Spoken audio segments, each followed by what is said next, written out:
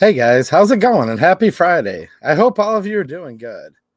Well, there's more Michigan gun control. And yes, if you haven't been following lately, go back and check my videos on my channel and you'll see there's been stuff propagating through, getting introduced almost every day lately. Well, there's actually even more updates and news on that. So make sure you stay tuned to the channel. I'm going to go over some of it tonight and some of my behind the scenes information and just kind of fill you guys in on my trip to Lansing, Michigan. Now, I know a lot of you are from Michigan and you're like particularly interested in the exact things going on. So hopefully this is informative for you.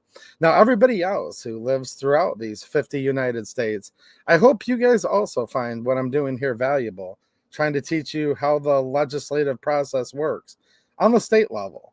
See, we talk a lot about United States government, and it's very important, obviously, but it can become ominous. And it can be really difficult to even talk to your United States congressman, United States senator, let alone the current former vice president. Look, he doesn't even know where he is. I don't think it'd be much of a conversation, but when it comes to Washington, D.C., you're like, okay, it just kind of happens, I guess, and stuff.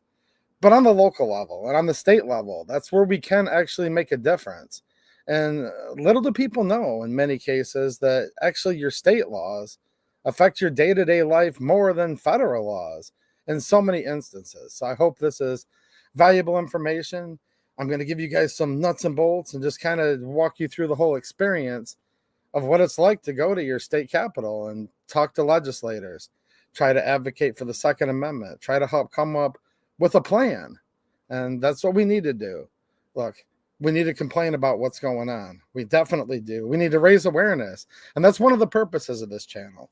And we need to complain. We need to talk to our friends and family and let them know that we're not going to put up with this tyranny anymore. Here in America, we have the Second Amendment.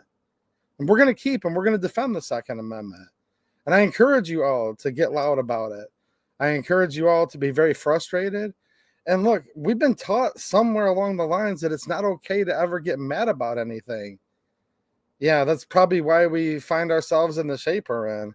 Of course you're allowed to be mad at a tyrannical government. Of course you're allowed to be upset when they try to strip away your natural God-given right to keep and bear arms. And that's okay. But we need to focus that energy to, first of all, raise awareness and let them know that this is not acceptable.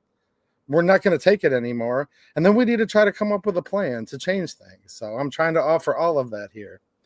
Also, this sounds kind of crazy. And shout out to any Canadian viewers I may have, which I do have some, but even realizing that most of my viewers are Americans. Canada, like right now, this is breaking, has just added a whole nother long list with hundreds of named firearms. I think it's over 300 named firearms. We're going to go over this in a bit. That they are instantly banning, effective immediately, seizing, and sending to the Ukraine. Now, I know someone out there's thinking, and shout out to all of you, by the way. Good to have you here tonight, and shout out to all of the replay crew who watch on replay throughout the weekend and throughout the week. But invariably, there's someone saying it ain't going to happen. Nobody ain't never, ever, ever coming after your guns. Well, look. I'm sitting here 45 minutes away from Canada right now. It's pretty close to home when you live in a border state like Michigan. But it should hit close to home because this is leftist. And there's plenty of leftists in Canada and plenty of leftists, people who hate our republic, who, in my opinion, hate the United States of America, hate liberty, and hate freedom. They're all around us. They're in the capital in Michigan. They're throughout the United States. In fact, it doesn't matter where you live. Now, it does matter where you live. There's certainly states that are much better on the Second Amendment, states that are much better in many areas than Michigan, obviously. But I guarantee you, in all 50 states, and even somewhere in your hometown, wherever you live, there's somebody that actually thinks like this and wants America to turn into this. Because it's not just us against the state of Michigan in this case, and these tyrannical politicians who hate the Michigan Constitution, who, in my opinion, hate the United States Constitution. It's not just us versus Washington, D.C. when it comes to the right to keep and bear arms. Keep in mind, Biden, the current former vice president, has signed on to the UN Small Arms Ban Treaty. Just a couple Senate votes away, and that could get ratified, making it where we would be under international law when it comes to small arms. And no matter how many times it fails to go through the U.S. Senate, guess what? The other side keeps on putting it up every single time. So it's not just your state that's after your guns in many cases. It's not just your own government. It's the whole world. So it's good to be with all of you tonight, because I guess it's us against the whole world when it comes to this agenda of trying to stifle or outright eliminate our natural right to keep and bear arms. So I will go over that Canada thing a little bit because it's just something to think about. You know, in one of my Michigan videos recently, I had a viewer come in and said, hey, man, I'm old enough to remember when they were taking those dump truck loads of firearms to the dump in Australia. And yeah, I remember that. I remember them actually loading train cars full in Australia. And then in 2020, there was a plague that came through. They call it many things. There's so many names for it, I can't even remember them all. But some people even called it the Kung Flu. And Australia had some of the strictest lockdowns. They literally had people imprisoned within their homes, and they were sending them off to these areas. Some people called them camps, whatever. Canada, the stuff they were doing to people. The United States, in many liberal areas, what they were doing to people. Don't forget about that. See, Trump's going to be back in the White House, presumably, hopefully, here in about a month. Trump was also in office when all these lockdowns started. Now, I'm not blaming that on Trump as much as I'm just letting you know. When they want to make an international pandemic, when they want to come at something with the full force of not only the United States, but the whole world, they do it. And it wasn't really surprising, if you think about it, that, of course, you know, with these science labs and all these different things they do to mutate viruses and stuff like that, it wasn't a surprise that something like this would happen. But was a surprise is how much, as a whole, I'm not saying you, not me, I didn't comply with any of that crap, and I'm sure most of you didn't either, but how quick this country just laid down pretty quickly. Other countries, though, had it a lot more rough, like Australia, where they had all but confiscated almost all of their guns, the vast majority of them, decades ago. Canada, right on that path right now. So think about it. People say, well, it could never happen. Well, stuff never happens unless or until it does. And most people are reactionary. So it's good to always keep your head on a swivel, stay focused, and pay attention to what's going on, whether it's in your hometown, your state, and then obviously the country as a whole. So there's a bunch of stuff I want to cover tonight. But before I do, I want to thank all of you for the many ways you help support the channel. Thank you to my YouTube channel members, which I've gotten a couple new ones in the last week. I appreciate you, as well as all of you who've been supporting for a long time. Now, if you're in the live chat, you get access to extra emojis as a channel member. You'll also find some bonus videos and content, community posts. Same thing to my Patreon supporters. Thank you to you as well, which I also post some bonus behind-the-scenes videos for you, as well as those of you who support over on Locals. Now, Locals is a different site, censorship-free, where I do an extra weekly bonus live stream where we touch guns, do all kinds of cool stuff we just can't do live here on YouTube. There's awesome deals on stuff. Hopefully, you guys have been over there paying attention to that, because there's been some really cool stuff that I've been sharing with you in the last week or so. Also, check down in the description for these other censorship-free sites like X, and then the sister company to Locals. Yeah, they pronounce it many ways. YouTube doesn't really like the site too much, so we're just going to say it's the site that rhymes with fumble. Check that out, as well as Myriad Social. My link to all of these is down in the description. Myriad is not only a censorship-free site, but it's on the blockchain and uncensorable, which I really like. So make sure you check me out on those other places, because there's lots of content here on YouTube. Make sure you stay tuned. We'll be posting more, but tons and tons of content that some of you guys may have no idea that I'm even doing. Like most of my gun-related stuff anymore is over on Locals and that other big green meanie site. Rhymes with fumble, Link is down in the description, so definitely check that out. I'd like to also thank all of you who leave super chats during these live streams. So if you have a question you really want answered or a comment that you want me to pin up, you can help sponsor the channel tonight by leaving a super chat, and I will read all of those. And you guys that financially support are the sponsors of this channel. And it actually costs more money than you'd think to do it. So I really appreciate all of you who help out and make it possible. So it's called the lame duck session, right?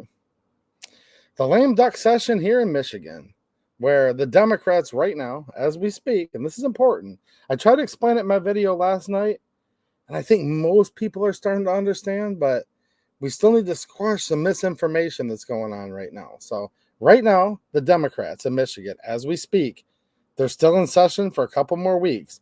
They control the Michigan House, the Michigan Senate, and the governorship.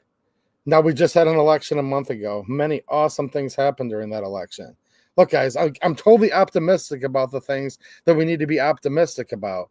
However, at the moment, right now, we're kind of in dire straits in Michigan.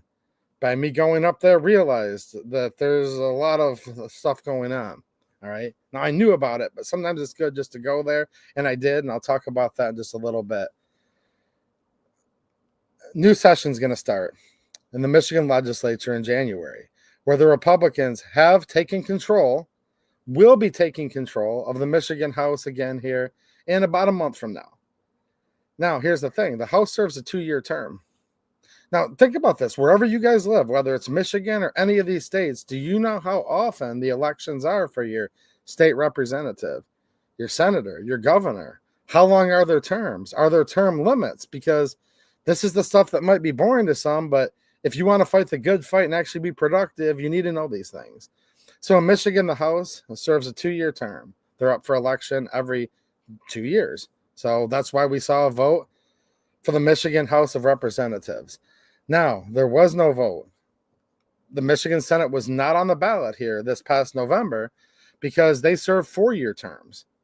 So since they were on there 2 years ago in 2022, there was no vote for the Michigan Senate. So therefore, it would have been impossible to flip that at the ballot box.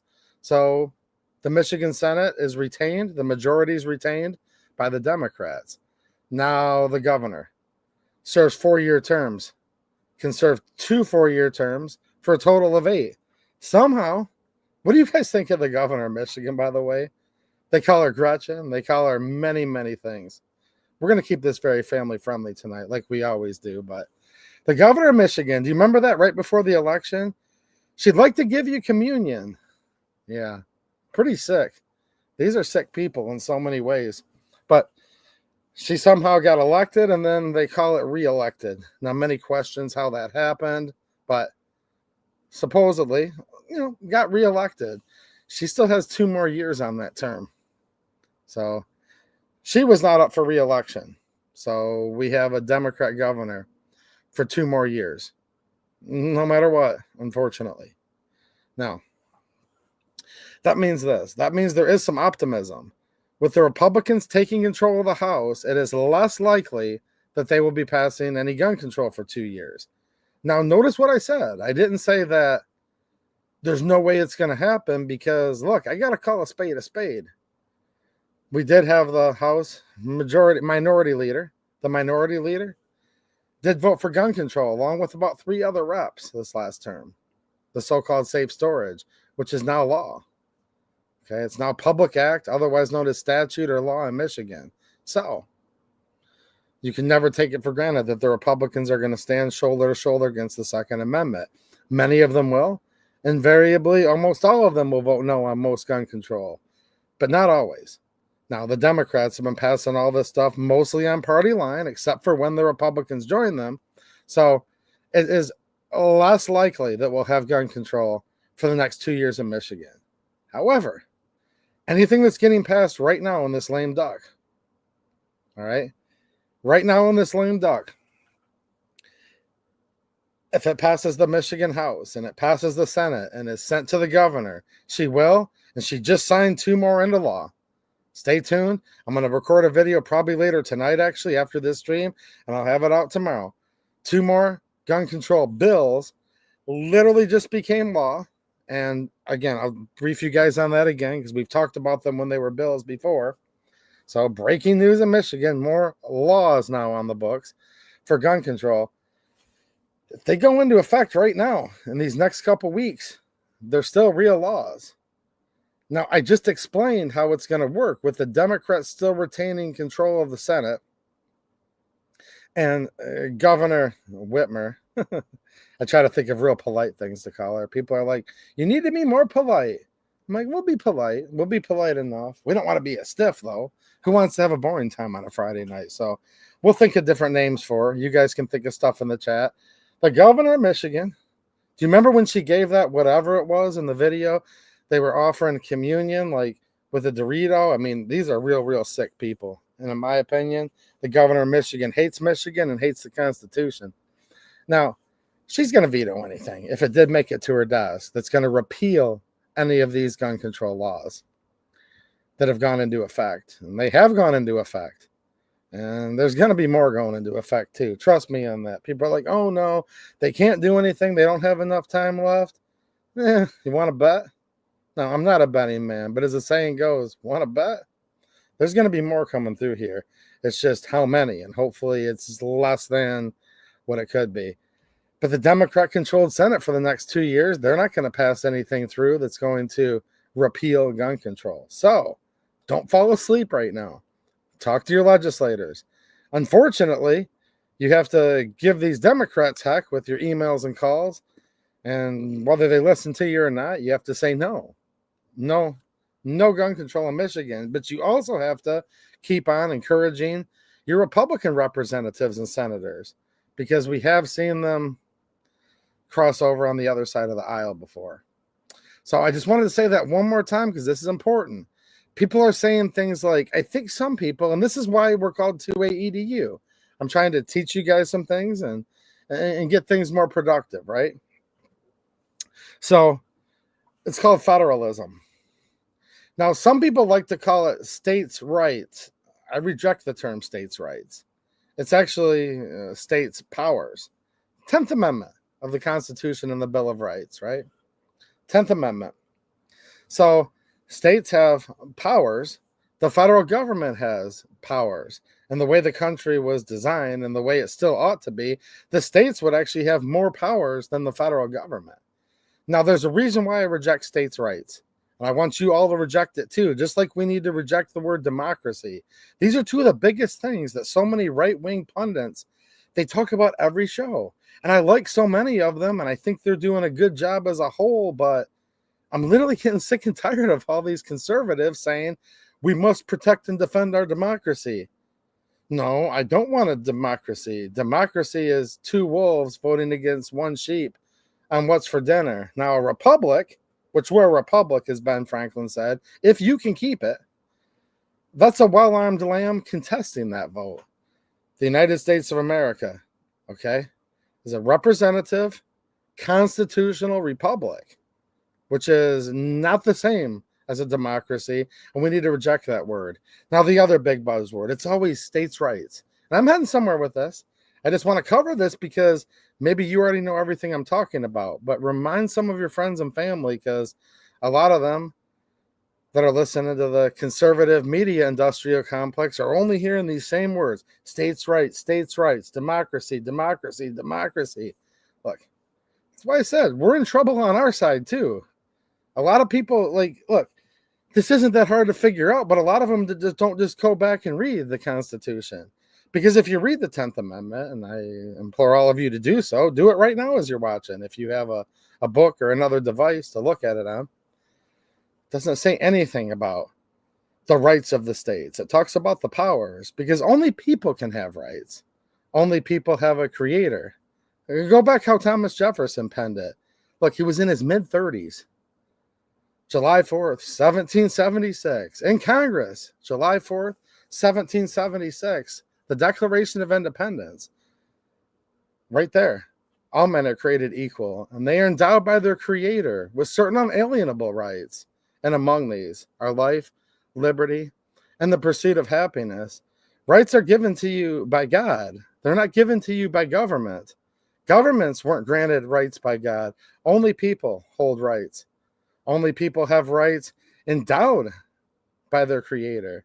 These are the laws of nature and of nature's God. It's in the Declaration of Independence itself. See, invariably, I'll get people on the conservative side say, but two-way EDU, what's God have to do with this? Well, if you reject that, then you reject the very founding of this country and the Declaration of Independence. These are the laws of nature and of nature's God. It literally says that in the Declaration, which is one of the greatest founding documents. So with that said, rights can actually never be taken away from you. Your ability to freely exercise, yes. They can seize your person. They can seize your possessions. They can do all of these things. And in some cases, constitutionally, but more often than not nowadays, unconstitutionally in so many ways. It's called due process of law. See, if we would just follow the Constitution and Bill of Rights, everything would be okay. But the problem is evil people have a big time problem with the Constitution and the Bill of Rights. And this always has been, currently is, and always will be a battle of good versus evil. We can literally sum it down to that because that's the essence of what's going on right now. And it's always been that way. And as long as we're here on earth, it's always going to be that way. That's what the Bible says. And that's what history on this earth literally shows. And that's what history in this country and in this state of Michigan proves. So there's powers. There's powers that are delegated by the people up to the states. And then the states will be able to delegate a few specific enumerated powers. Enumerated powers, meaning written down, to the federal government. That's the way that works. Now, a right is literally inherent. Whoever you believe your creator is, we may not all believe in the same creator, okay? But whoever you believe created you, that's who gave you your certain unalienable rights. And he's the only one that's going to be able to take that away from you. And just remember that. You don't lose rights. And you actually don't have Second Amendment rights. Wait, hold on a minute. And that's actually a beautiful thing. And that's what's so perfect about the Second Amendment. Because if the United States government gave you Second Amendment rights, if they were the ones that gave you the right, then they could actually take it away. But no. Listen to the Second Amendment. A well-regulated militia being necessary to the security of a free state, the right of the people to keep and bear arms, it shall not be infringed. It doesn't say anywhere in there that the right bestowed on you by the Honorable Ben Franklin and Thomas Jefferson and James Madison and Alexander Hamilton and John Hancock and George Washington. No. None of those founding fathers thought that they gave you that right. It was like, no, obviously, all men are created equal and are endowed by their creator with certain unalienable rights. And the Bill of Rights is telling the government, don't tread on me. These rights are inherent. People are born with them. They were given to them by their creator. Ashes to ashes, dust to dust. When we leave this earth, our rights on earth will then be over when your creator takes you home. And we need to remember that because that's the mindset that you need to have. The Second Amendment is there to prohibit the government, to tell the government quite literally shall not be infringed. So I know you guys are thinking, but what's the newest thing in Michigan? I'll fill you in on some things right now. But you have to come into it, in my opinion, with the right mindset. So you actually, first of all, you have to know what's going on. And then you have to think of ways to convince these legislators that that is the way America is supposed to be. That's what your state, or in this case, the state of Michigan is supposed to be. Look, the only reason the government is supposed to be allowed to exist at all is to protect your natural rights. And they're only supposed to be allowed to exist at the consent of the governed. Now, here's the thing. If you call them up and say, I consent, please try to strip me away from my abilities to exercise my inherent rights. Please lock me up as though I'm a slave. Please try to dictate to me property rights, the right to defend myself, protect myself. Please put a muzzle on me to hamper my speech. Well, that would be an obvious form of consent. And here's what's really sad. There's a lot of people that actually do that. A lot of people do that on a regular basis, and that's what we have to deal with we the people, unfortunately. But then there's another kind of consent. And it's even like a little more sinister than that, believe it or not. They're both like super sinister. But then there's just the silent consent. Because these people are evil. And there's lots of evil people out there. But there's actually a lot of good people out there too. And here's the problem with all these good people. Evil will prevail when good men do nothing. And there's a lot of good people out there that online say from my cold dead hands. Online they say this and online they say that, and it's beautiful. Hopefully they enjoy a little bit of their speech while they still have it. Because look, the Second Amendment wasn't put there for if, but for when they come for all the rest. But these people, they don't vote. They don't call their legislators. And I've actually had people tell me lately, and I want to know what you guys think about this. They've kind of tried to make me feel like I'm weak because I'm going to Lansing to talk to legislators. I've had people tell me that that's a very unpatriotic thing to do, to vote. Now, I've heard of the term agent provocateur, and these could be people in there just trying to play mind games, but I don't know, man. Some of these guys I've seen leaving comments in my videos for years.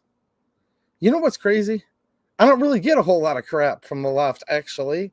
Like, I do to a point, obviously. It's mainly people that are supposed to be on my side that ridicule me for engaging with my representatives, with my senators, for encouraging them and all of you to go vote in primaries. Okay? To get people to take part in their local township meetings. And on the county level, your county board of commissioners, they say 2A EDU by you even talking to those people. That's you being subservient. And that's you. No, it's actually the complete opposite.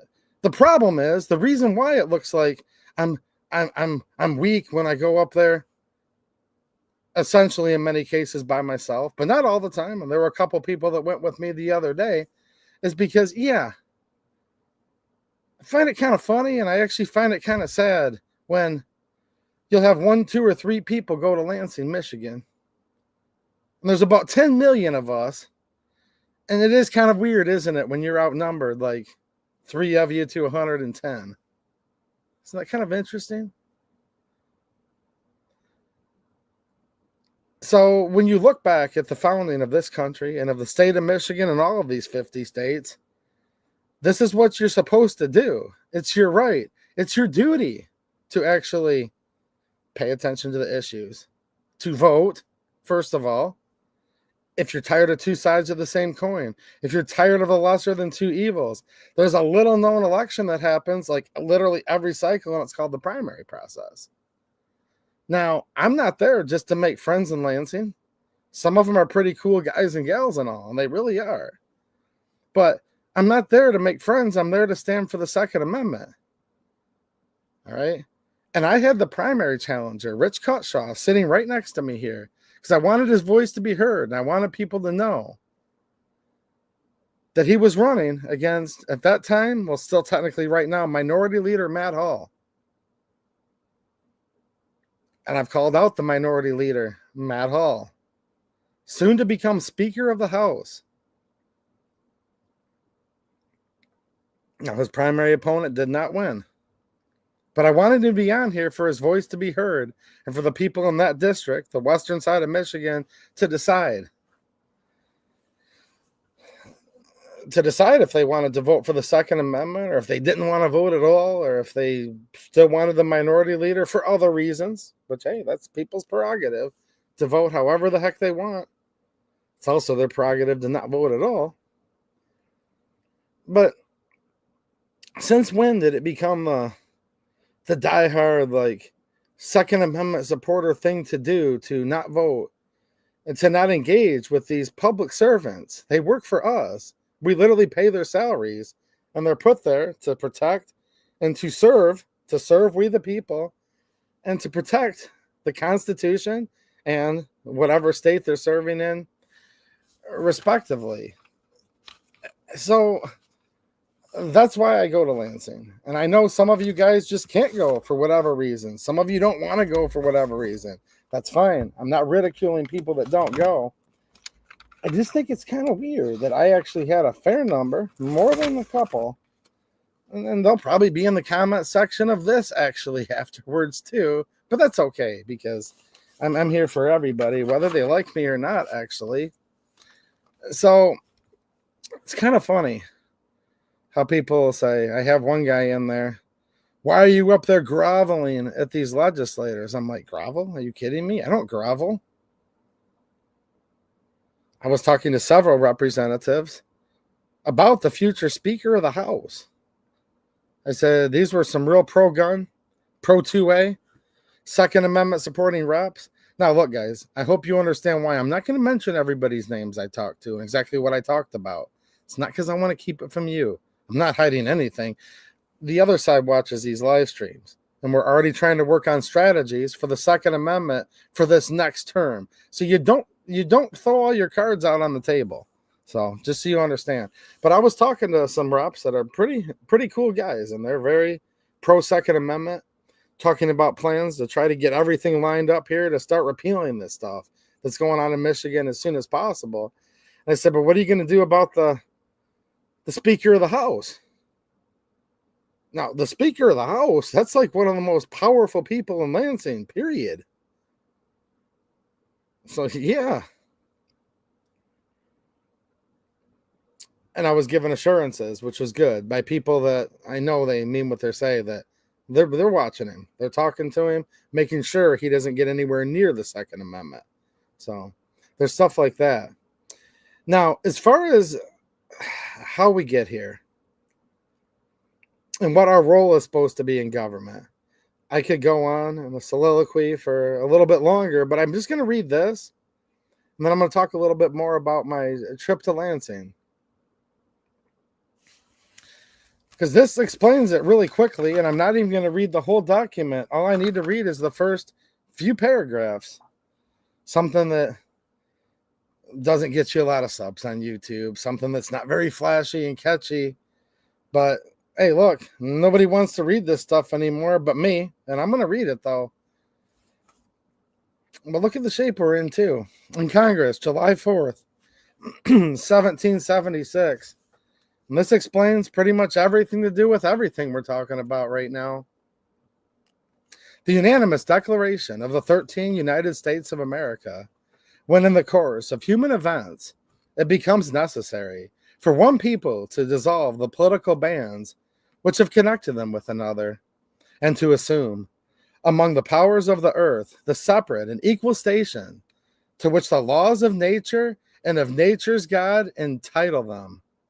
A decent respect to the opinions of mankind requires that they should declare the causes which impel them to the separation. We hold these truths to be self-evident, that all men are created equal, that they are endowed by their Creator with certain unalienable rights, that among these are life, liberty, and the pursuit of happiness. Now, here's what the government's supposed to be right here, that to secure these rights, governments are instituted among men, deriving their just powers from the consent of the governed. That, whenever any form of government becomes destructive of these ends, it is the right of the people to alter or to abolish it, and to institute new government, laying its foundation on such principles and organizing its powers in such form as to them shall seem most likely to affect their safety and happiness. Prudence, indeed, will dictate that governments long established should not be changed for light and transient causes, and accordingly, all experience hath shown that mankind are more disposed to suffer, while evils are sufferable, than to right themselves by abolishing the forms to which they are accustomed.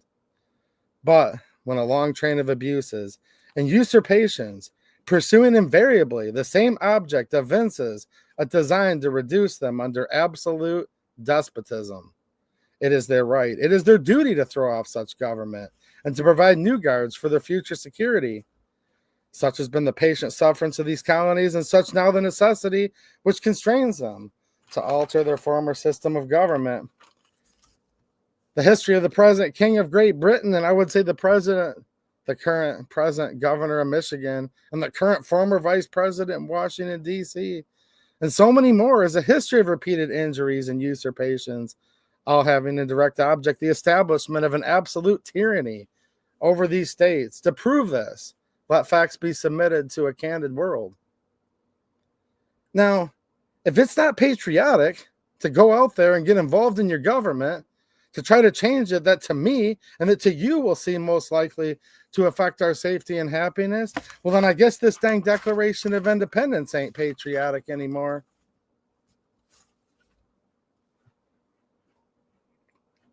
So with that said, I went to Lansing, Michigan. I've been there many times, actually. I know a lot of you guys go too. A lot of my viewers actually have gone and testified. Trust me, I ain't saying I'm the only one. It's just a bit frustrating and a bit sad when you're outnumbered by the legislators when you're there. But almost every other cause you could possibly even think of, they fill the gallery. They fill everything. They fill the front steps. They fill the lobby. They fill the gallery up top. Just in the one day I was there, Wednesday alone. Now, I could tell you hundreds of them on the many times I've been there. They had the front steps and the gallery completely filled with, let's think how I'm going to word this. Shout out to all the auto mechanics out there. In your vehicle, you have something that's connected from the engine to the drive and the drive line, right? From the engine to the final drivetrain, called a transmission. They have the steps full of people there for transmission rights, if you know what I mean. They were wearing pink. They were wearing blue. They were whatever. And when I say whatever, I'm being very, very polite. You should have seen some of these people. You're like, is that a... Let's just put it this way. Do you remember the Supreme Court Justice? I can't remember her name. Look, Kamala, pronounces it all three ways. None of these people even know how to pronounce their own name. I think the Supreme Court Justice's name is Jumanji.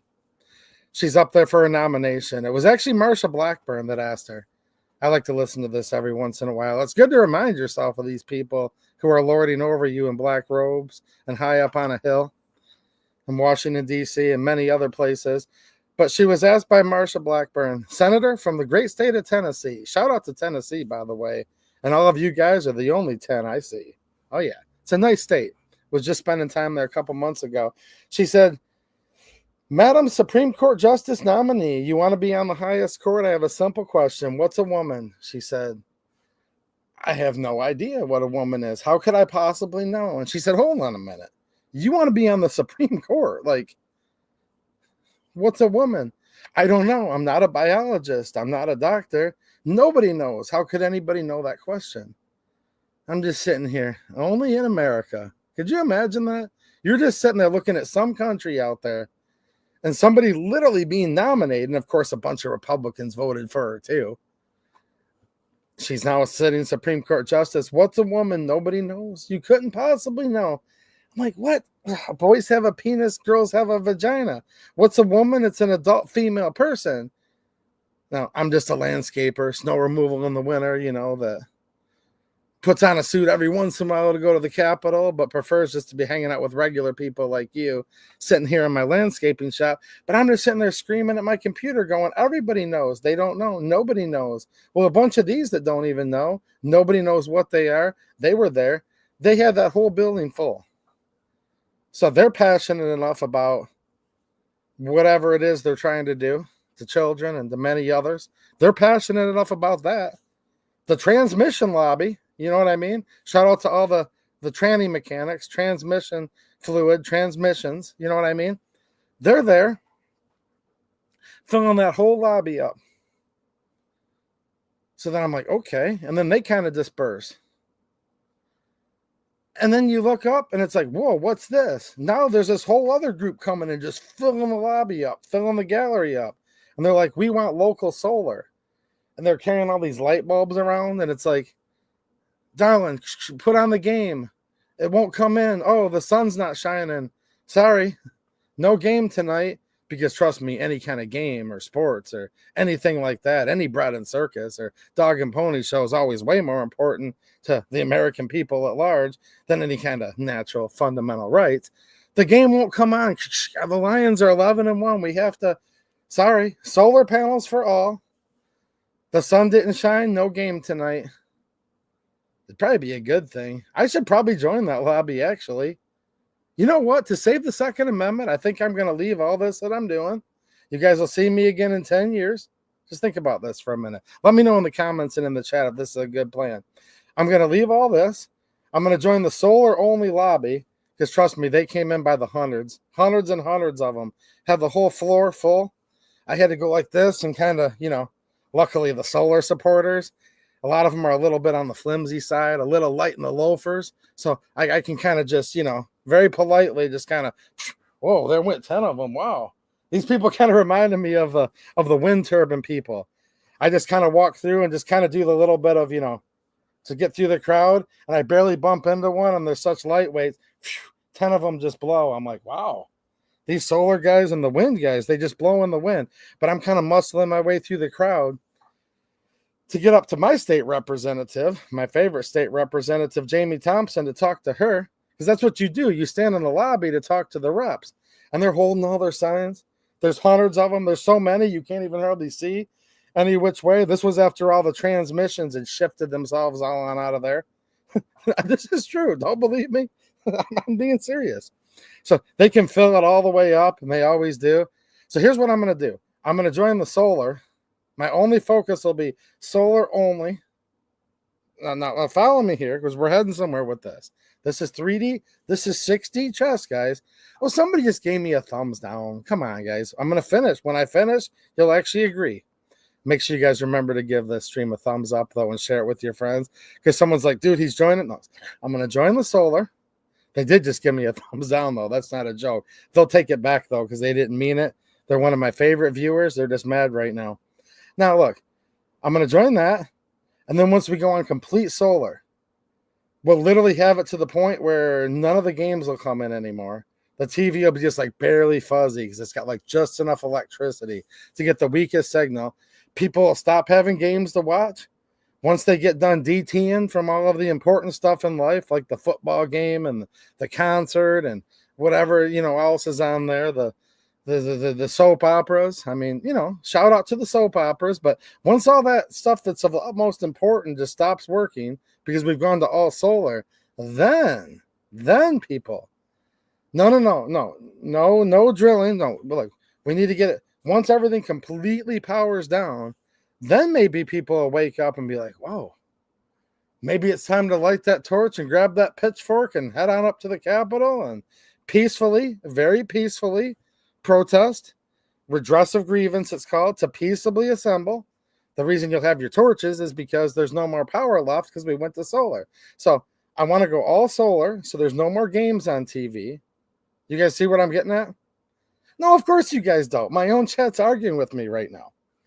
But there's probably like one smart person that understands what I'm doing, and I will read your comments afterwards. Patrick Potback Fellers with a super chat and a channel member. Thanks, man. I really appreciate it. He says, it is in the interest of tyrants to reduce the people to ignorance and vice. Yeah, of course it is. For they cannot live in any country where virtue and knowledge prevail. Samuel Adams.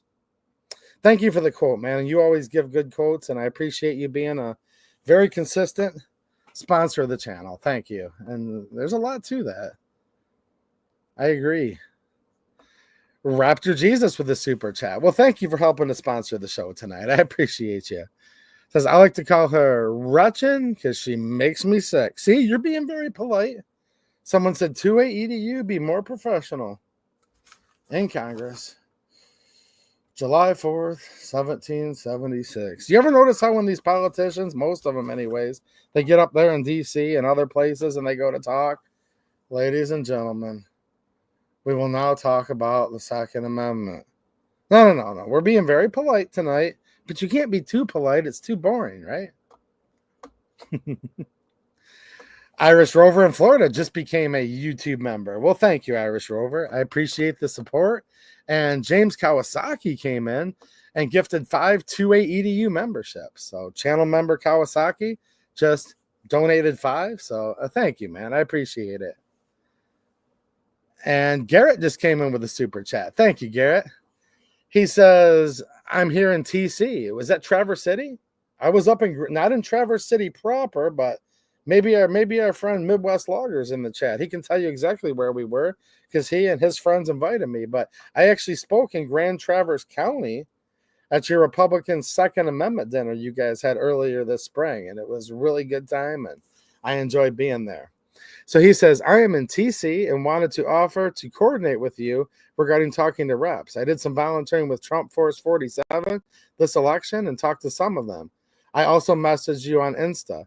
Okay, well, I don't use Instagram because I don't agree with their current terms of service, but send me a message somewhere else, man. Good to see you're keeping up the good fight, and we will find a way to get connected with each other. All right. Okay. So went up there to Michigan on Wednesday because I knew there was stuff going through and I wanted to get to the bottom of a few things. And I also wanted to talk to representatives and senators. And I talked to both. So started off, I had a driver that drove me there. I'm not sure if he's in the chat or not, but shout out to Jeremy. Driver, and then he also had to be a little bit of security.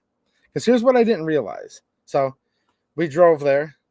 Look, you got to drive to Lansing, and that's half the battle. And I appreciate those of you who, again, help sponsor the channel, sent me some gas money because it goes real quick when you're doing this. So you drive all the way to Lansing, and then you get there, and you can't park anywhere. So you have to park in a parking structure.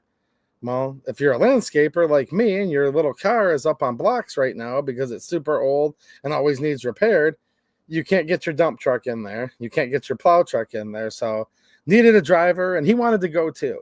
Well, then once we got there, I realized, see, it's called No Shave November. Well, now it's December. But the thing is, I've noticed that this beard and my lovely hairstyle that I'm filling out quite nicely is keeping me really warm. So after I was done in Lansing the other night, I was out like salting and plowing snow all night, 40-mile-an-hour winds, snow just blowing in my face. And trust me, all of this stuff like on your face and head is like super, super functional. Which, okay, so functionally, yeah. What I didn't realize, though, is I needed security to keep all the ladies off. Now, just me trying to get from the building in there, had to fend a few of them off, just trying to walk through the lobby. Now, the transmissions, we stayed way away from them, trust me, because I didn't even look twice. I'm like, get me out of here. But I did have to have security, but that wasn't because leftists were after me because of my pro-2A stance, and nothing to do with that at all, what you might think. It was just kind of from the general public that walks around town in Lansing, and you got to walk a few blocks, and I had to have them fend all the ladies off because they like the beard and the hair so much. So there you go. So I started off at the Anderson House office building. There was actually a lovely lady named Marcy. She's with Women for Gun Rights, and they're actually going to be doing a special event and an indoor rally. I will post more information on that soon. It's going to be near the end of January. And I really wanted to introduce her to Representative Jamie Thompson and others. So we went up there. They kind of knew who each other were, but hadn't been formally introduced. Like they were literally talking to each other in a live stream chat on this channel like a week ago. Maybe some of you guys remember that. So introduced her to Jamie. They had a long talk, went down and introduced her to another representative. I believe it was Representative Alexander.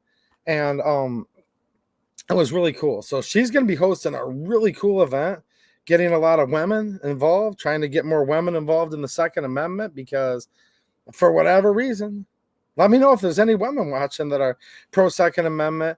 It's kind of just considered like for whatever reason, and we need to change this, obviously, but it's kind of considered like a white middle-aged male thing. That's like the stereotype of a gun owner.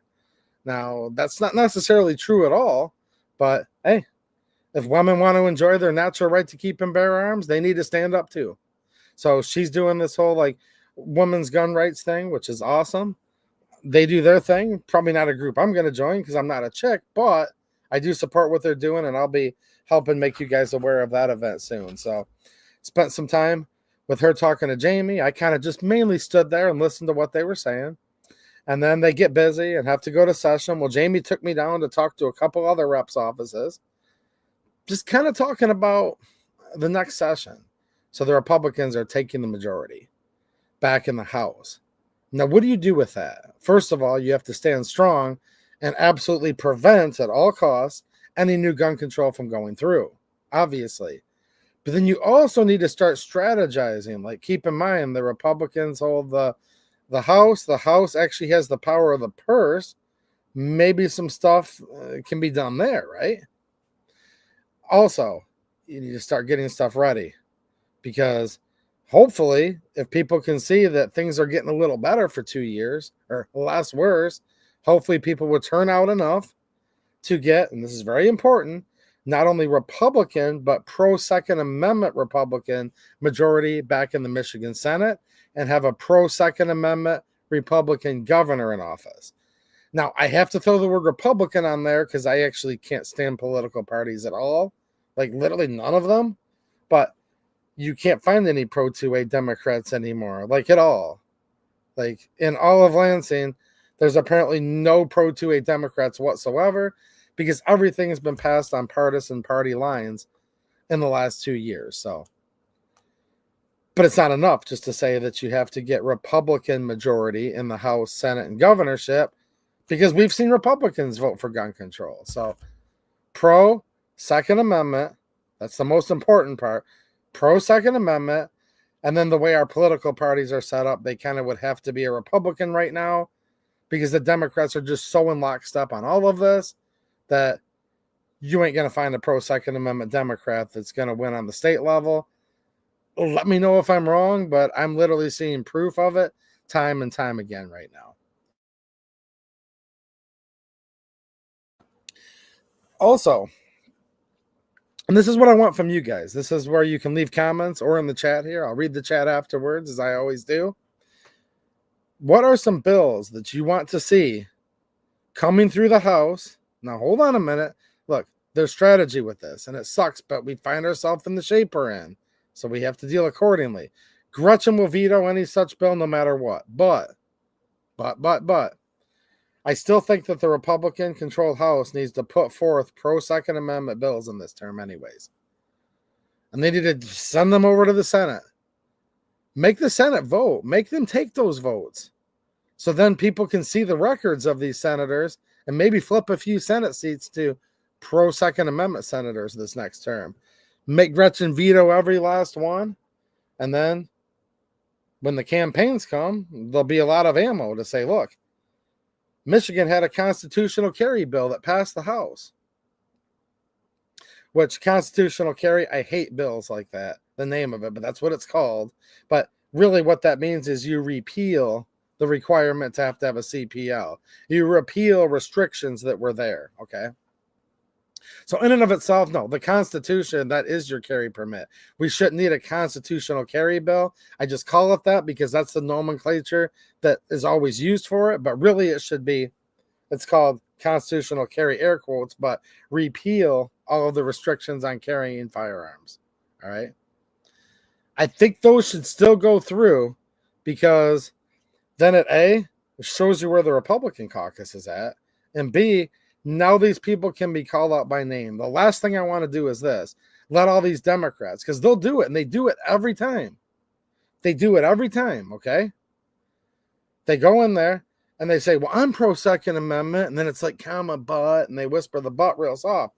If these Republicans in the House don't put forth pro-Second Amendment bills and actually get them on the board, I don't mean just put them through and let them die in committee, okay?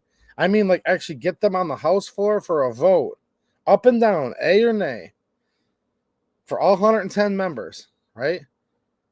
Make them Democrats publicly vote no against them. Because if you don't, here's what they're going to do. They're going to go to run for re-election in 2 years and be like, I'm pro-Second Amendment. And if there was nothing put up for a roll call vote on the floor, they can kind of get by with that lie, actually.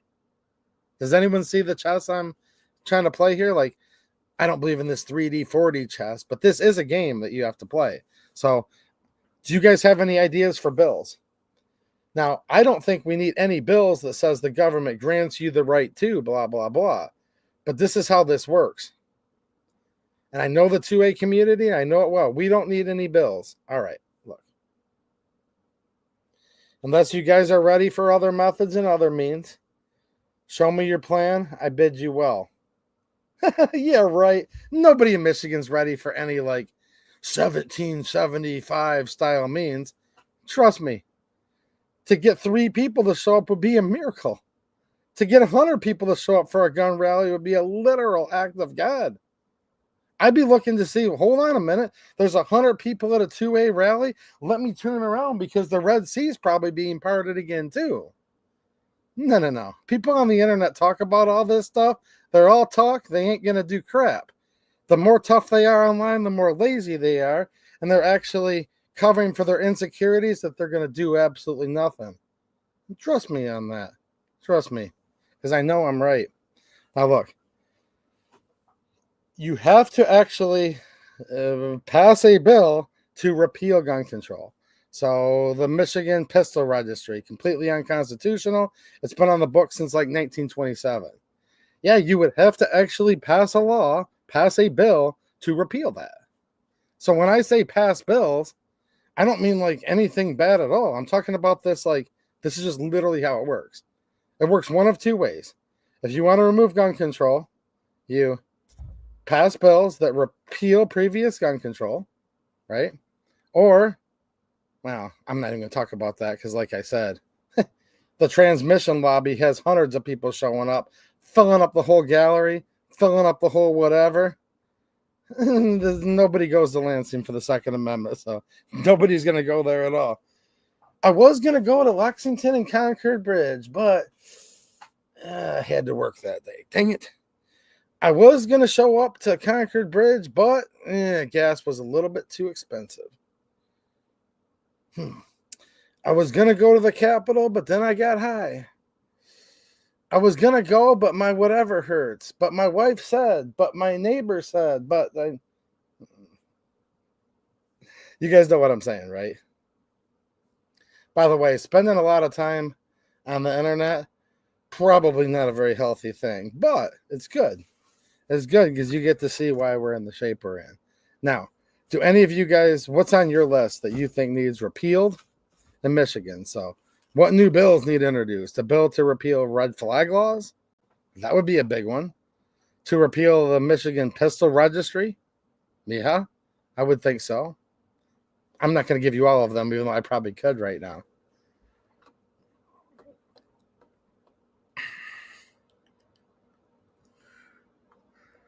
So yeah, think if you see if you can think of anything like that.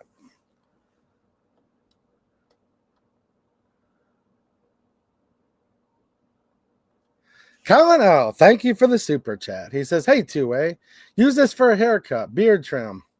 You're a voice and should look nice with reps. Represent the 2A." No, actually, I won't. If I do, it's going to be nothing to do with you. You literally think you can buy me how I'm going to wear my facial hair for $20? Come on, dude. At least leave me like a $200 super chat.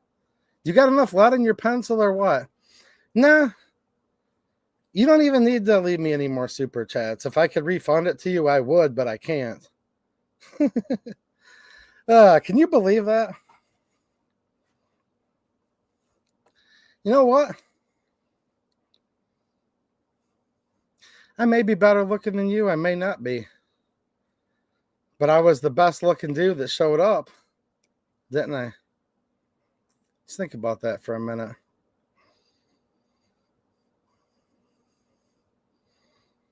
This is why we find ourselves in the shape we're in right now.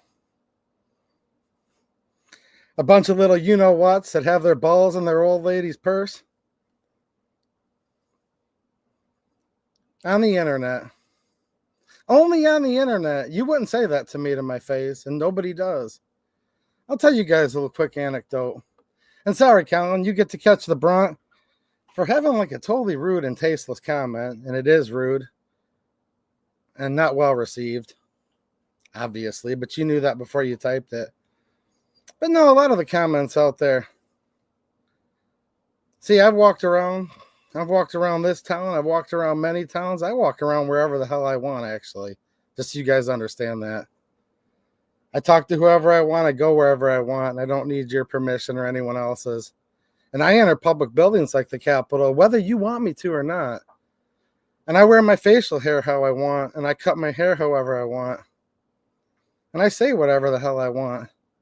And by the way, my flag's falling upside down whether you guys like it or not, and I'll explain that in a few minutes. Okay? But I've been walking around this earth for years and years and years, and I've never had anybody say any of this stuff to my face. Isn't that interesting? I walk around with my beard longer than this and my hair longer than this. Nobody will say it to my face. Because they're not very smart, but they're just a little bit smarter than that. Right, Mateo? They're just a little bit smarter than that. And trust me, most of these people nowadays are not very smart at all. But when they see me in real life, they're just a little bit smarter than that. But not much. Sergey Petrenko, how you doing, Sergey? And thank you for the super chat. I appreciate it, man. He says, we don't need any more bills. 2A is enough. Well, I just addressed that thoroughly, and maybe you left that comment like right when I was in the middle of explaining what that means. But yeah, thank you, Sergey. I appreciate it. We do actually need more bills to remove things, not for the government to say they're granting you permission, because as I've talked about at great length tonight, that's not what this government's formed on. Evsterbone with the super chat. Thanks, man. I appreciate it. He says, we need a bill to remove the voting rights of Ann Arbor residents. That is how we safeguard the 2A. Wow. Yeah, I mean, did you see the new insane Pan sheriff they just elected? Jeez, oh, Pete, I don't even know. We'll have to ask the Supreme Court Justice what that means. I literally have no idea what that means, but hey, thank you.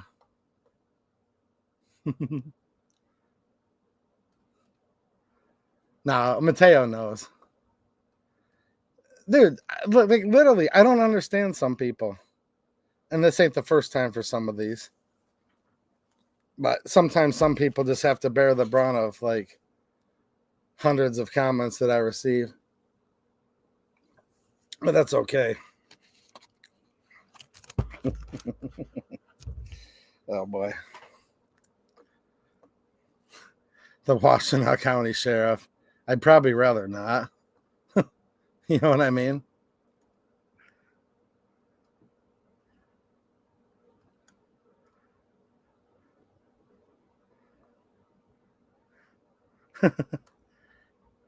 Does anyone in their right mind think that I'm trying to become a representative or a senator, by the way? First of all, my representative's awesome.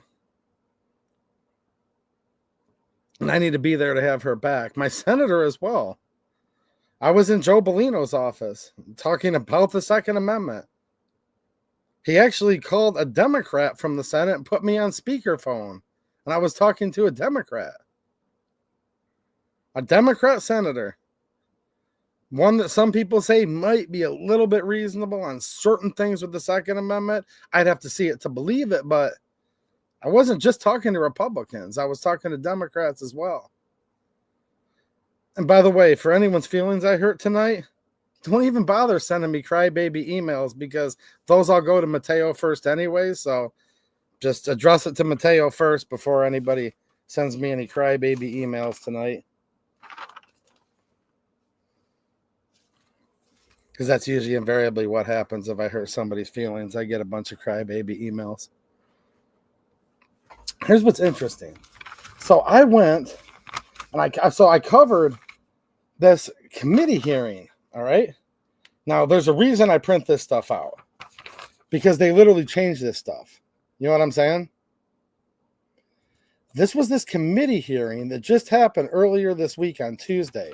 Now, originally there were 5 bills that they were going to hear and presumably shove through the House committee to then get them on the House floor, pass them, and have these become laws. Now, at the last minute, and I reported a huge update where they had removed 2 of these agenda items from that committee at the last minute, which was more civil asset forfeiture and civil firearms forfeiture. The other 3. And I covered this in the previous video, but I have a little more information to add to that. The other 3 have to do with guns during these buybacks. Okay, if you didn't see my previous video, watch it. I'm not going to get into it too much depth, confiscated firearms, seized firearms, that they would now be getting destroyed.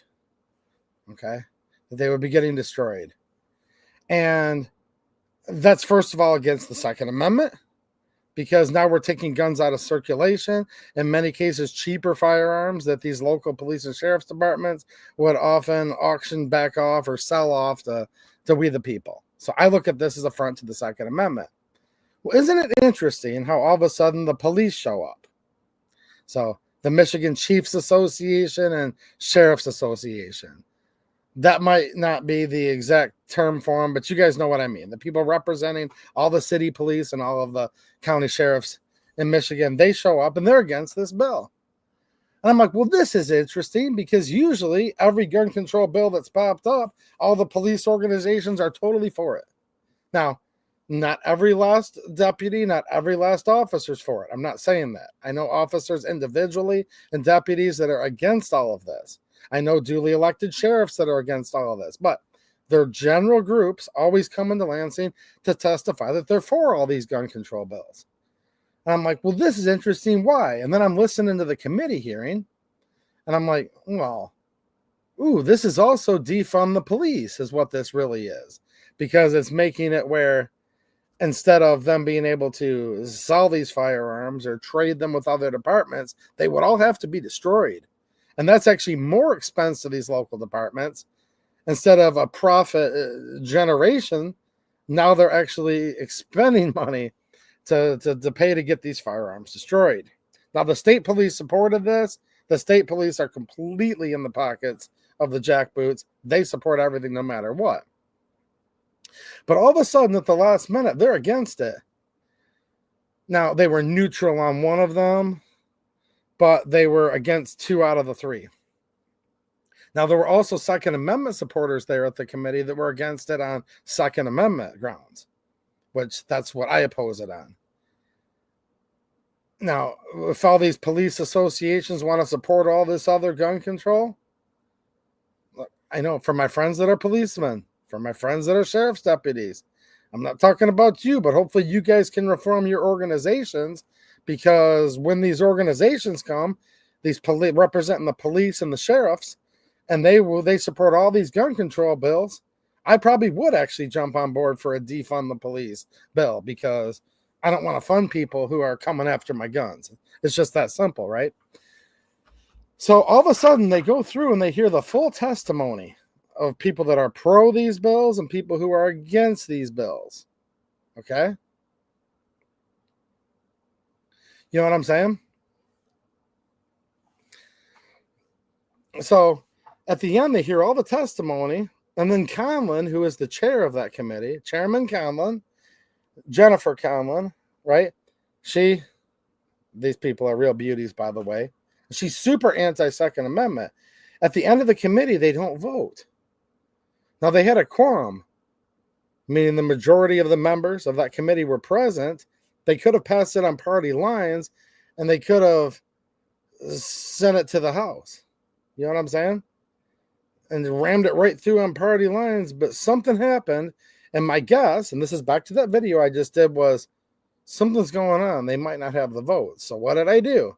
I went into Representative Jennifer Conlon's office the other day and asked to speak to her. She was in the back office, but I talked to her legislative director, otherwise known as the back desk aide, and I said, so what's going on with these House bills? You know, I said, House Bill 6144, 45, and 46. I said, I watched the hearing. There was no vote, and he knew all about it. He knew the exact bills. I said, was it because members got cold feet? Maybe they didn't have the votes. And he essentially said, yeah. There may be substitutes coming out for these bills that pares them down or waters them down a little bit. Will they have time to get them through in the next 2 weeks? I don't know. But I did get some confirmation from the office of the chairs, the Democrat chairs office themselves, that, yeah, there was no vote and that there's some issues right now. So I don't know. I don't want to say it's a huge victory. I don't know that it's a victory that the police were opposed to this just because the police and sheriffs were opposed to this just because it defunded them. When these other bills that became laws, they were in there supporting them. I don't know.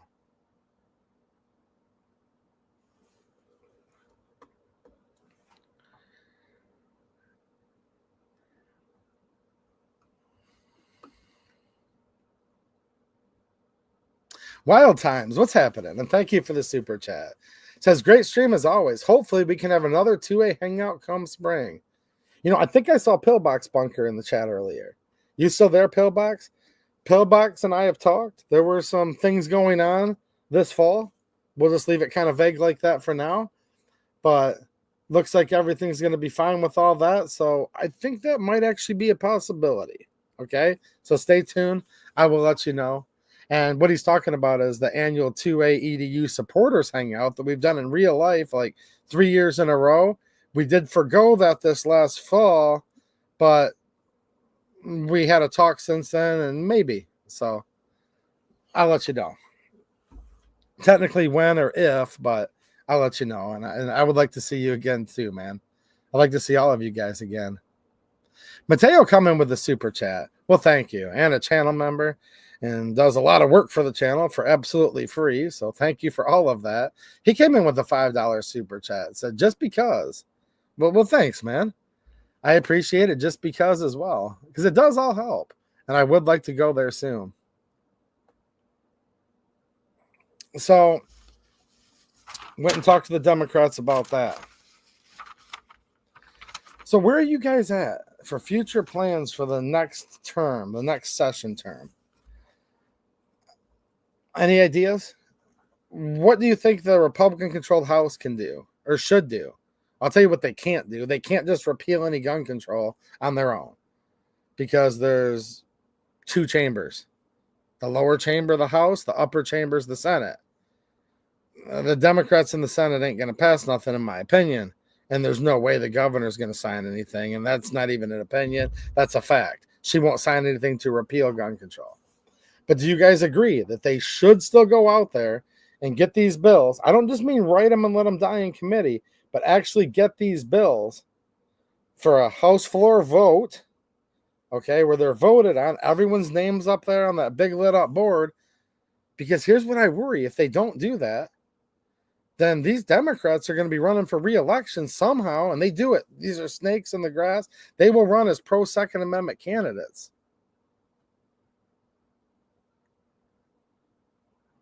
They will literally say, I'm pro-Second Amendment, and nobody will be able to call them out on it if they never made them vote A or nay for it.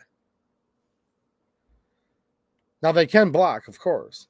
Like I said, I've already got reps making sure that nobody in leadership is going to sign on to support for any gun control. That's a very, very important thing to prevent all that.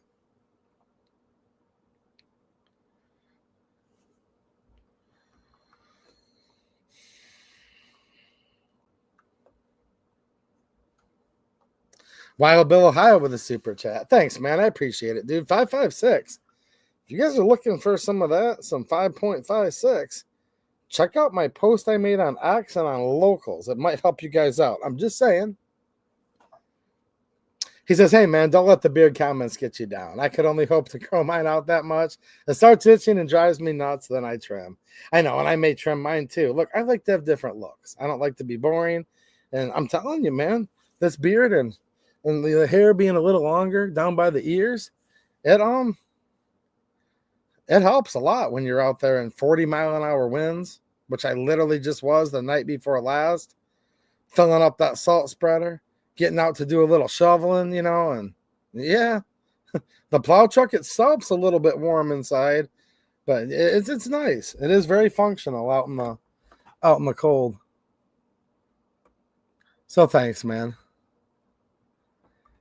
And it's just one of those things, you guys, look, to Colin earlier, he's probably not watching anymore, but if he is, dude, it's just one of those things, man, where you were like the 10th person today, that decided to get on me with that.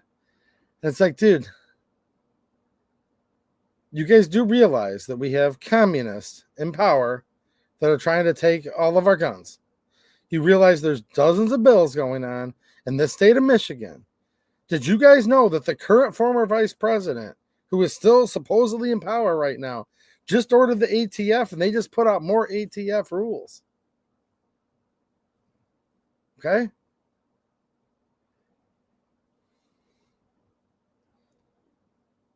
It's a tough conversation to have. And trust me, I lost a lot of subscribers for it. For calling out Pam Bondi that she's anti-2A. All right?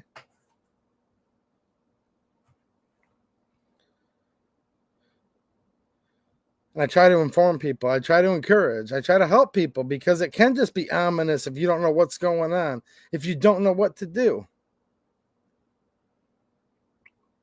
And almost all of my viewers encourage me, and I really appreciate all of you. I truly do.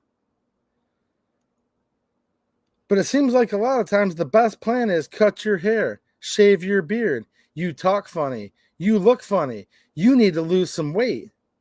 If you want to do this, you need to do that. The only thing I need to do, just so you guys understand, is fight the good fight. And the only thing I need to do, because I've already been born, is die. And the most important thing for me to do is to make sure that I make my heart and soul right with my Creator. Because I'm going to die and we're all going to die. And life's short and it's full of problems. And I consider the infinite afterlife much more important than anything going on this wretched earth and this wretched state. But while I'm here, I'm trying to make a difference. And I understand that a lot of you are better than me. I totally get that. Please do. I've practically gone broke doing this 2A EDU. Do you guys know that? Do you know how many paying jobs I forgo doing this? If somebody was way better than me, I'd rather just support their efforts and be able to provide a little better standard of living for my family. But that's okay too, though, because I've known a lot of rich people who are some of the most miserable people I've met, and probably to my own chagrin, I really don't even value money that much. But trust me, for so many reasons, it'd be awesome if everybody that's way better at all of this than me, that looks better than me, that shaves better than me, that has a nicer suit than me, that has better words than me, a better accent than me, a better eye color than me, they're nice and trim with their six-pack, and their ding-a-ling's twice as big. It'd be awesome if all these people would get out there. Because if everybody would get out there and do about 100 times better than me, we wouldn't have any more gun control in Michigan or anywhere.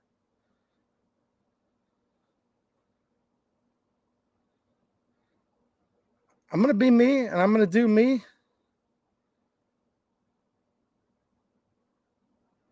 And I'm going to do what I can, and I'm also going to do whatever the hell I want.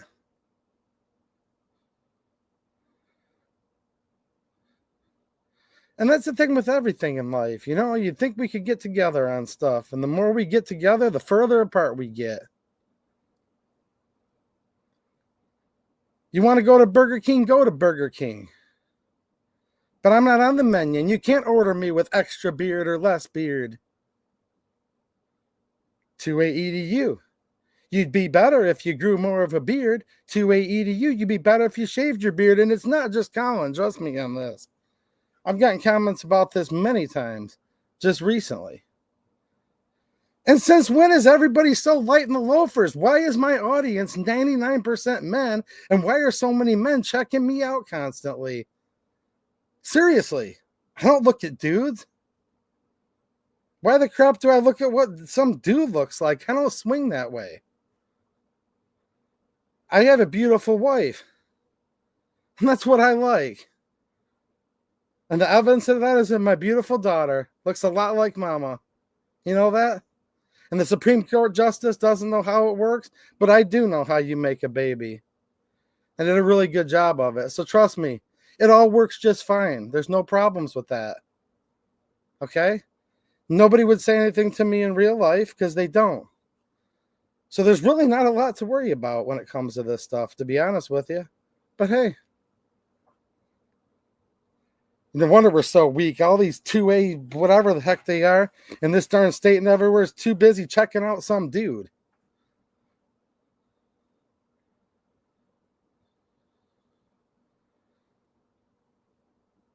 I am gonna have to hire security to keep this channel going soon, to keep all of the rhymes with maggots from trying to hoard all over me, I guess. I have no idea. I get to have a little fun too, don't I? Is that all right with you guys? Just a little bit?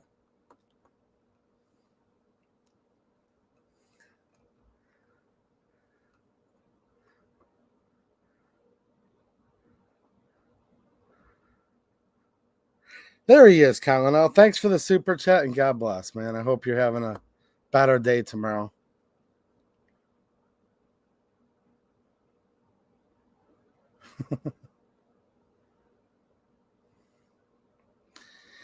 Yeah, you did. I bought a suit. Sorry it wasn't good enough for you.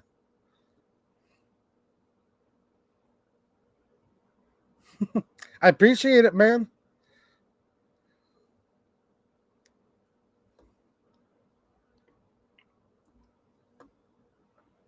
Wasn't good enough. Can anyone leave me $1,000 super chat tonight? My suit and my shoes and socks total probably adds up to about $200. Can I have a couple $1,000 super chats? Will anyone leave me a $10,000 super chat? Then I can go and buy an Armani suit or something. But they're probably woke and anti-gun.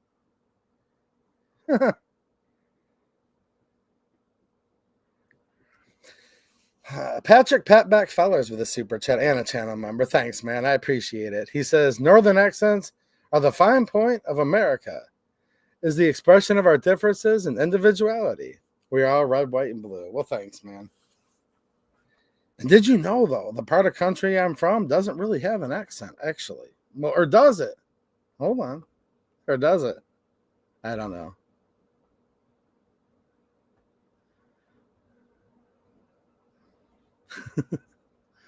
I'm going to read the chat afterwards, man. I appreciate all of you guys out there. Thanks, Crazy Heathen. And I know you actually will. Thanks, man.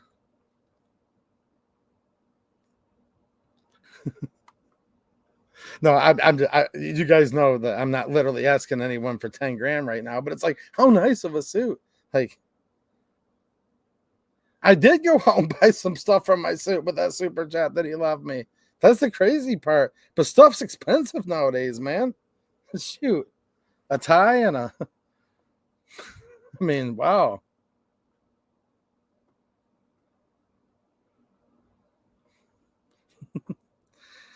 All right. So besides the biggest problem of how I dress and how I talk and my facial hair, this might be one of the second biggest problems for us to look at. And this is crazy. Coming from Canada. And this literally is just coming out in the last 24 hours. The Trudeau Liberals on Thursday said they plan to confiscate formerly legal guns and give them to Ukraine. You know what I mean? I appreciate all the support, guys. You got to have a little fun, all right? So they plan to confiscate formerly legal guns and give them to Ukraine. It was part of a new raft of gun confiscation orders coming down from the Justin Trudeau government. A total of 324 unique makes and models of, quote, assault-style firearms would be added to the list of prohibited firearms in Canada, announced Public Safety Minister Dominic LeBlanc at a press conference Thursday afternoon. I literally watched the video to that, and this is like crazy. Like, this guy literally actually said this stuff. There is actually no such thing as a, quote, assault-style firearm. There are automatic, semi-automatic, and single shots, with full auto being banned, I'm sure, from Canada many, many years ago, right? The prohibition takes effect immediately and indigenous communities will be provided with certain race-based accommodations and exemptions. Race-based accommodation and exemptions. Wow. So there's no equal protection under the law in Canada. They literally discriminate on race for how they do their laws. This stuff's coming here in many, many ways. On Friday, December 13th. So that's 1 week from today. Now there's like super low flying helicopters flying by here. Can you guys hear that? Wow. Hold on a minute. Geez, is that Lori Pohutsky, the one that holds the gavel in the Michigan House of Representatives? There's like a helicopter like so close flying over this building right now. I could like feel the wind from its rotors coming through the walls. All right. On Friday, December 13th. Friday the 13th of all days. The federal government will table regulations to ensure that no firearm can come into Canada or be sold in Canada without first being approved by the RCMP, said LeBlanc. Wow. And no later than the end of January, we will take additional measures in Parliament to address the rates of gun violence in situations of gender-based and intimate partner violence.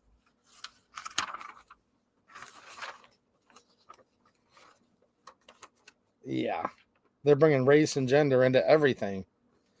Defense Minister Bill Blair told reporters the Department of National Defense, quote, will begin working on the Canadian companies that have weapons that Ukraine needs and which are already eligible for the Social Firearm Compensation Program in order to get these weapons out of Canada and in the hands of the Ukrainians.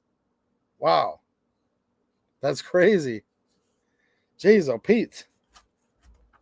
The crazy thing is the women actually love my beard. That's the crazy part. You can't even make this up. For companies that choose to participate in this initiative, the government of Canada will pay them with the same amount, exactly the same amount, it says, what weapons committed to Ukraine as they would have paid them to participate in the existing compensation program. Every bit of assistance that we can offer to the Ukrainians is one step towards their victory and a worthwhile investment of our collective time and efforts. Ukrainians are fighting not only for their sovereignty and freedoms, but they're also fighting for the rules-based international order. Just think about this. Wait a minute. I'm going to read this again. Ukrainians are fighting not only for their sovereignty and freedom, but they're also fighting for the rules-based international order. Wow, like the rules-based international order?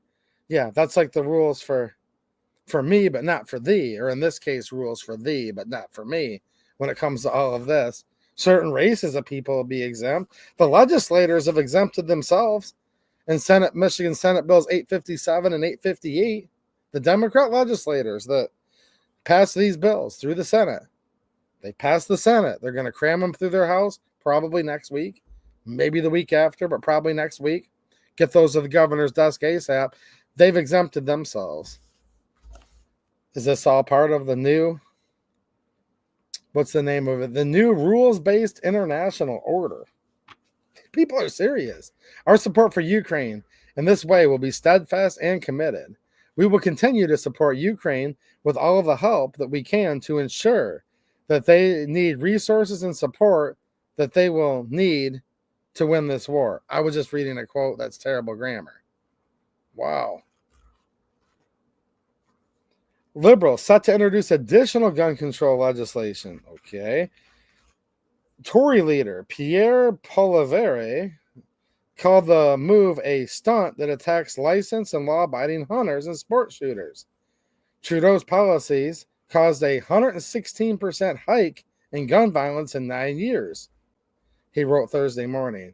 He has still not implemented his long-promised gun ban, and now he's promising a new one while he reduces prison sentences for rampant gun criminals and allows 99% of shipping containers to go uninspected.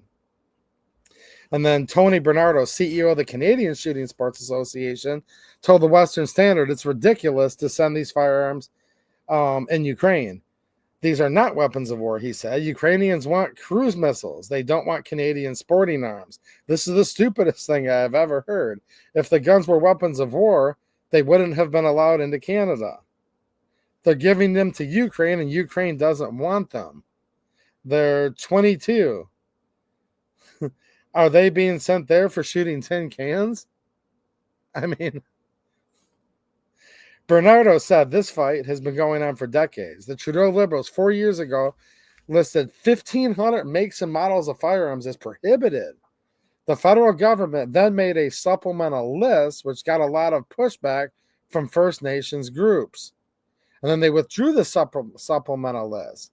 This is the supplemental list now coming back. Wow. A CSSA CEO said this was a last-ditch effort for the Liberals to punt their useless spots down the street before the next federal election, which is scheduled in October, but could come sooner in the case of a successful non-confidence vote. This is bogus. This thing's a scam. The government knows they have until next October. But it sounds like this is literally going into effect like right now. Wow. So they want to ban and then buy back and then seize, it says, firearms from Canadians and send them to the Ukraine. Wow.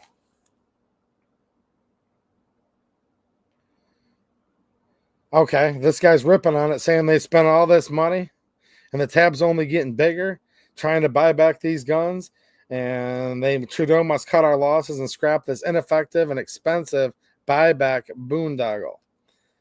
Now, here's the other reason I wanted to mention this, though. Thanks for all the nice comments, guys. I'm enjoying them out of the corner of my eye, but I will enjoy them all thoroughly this weekend even more. Now, wait a minute.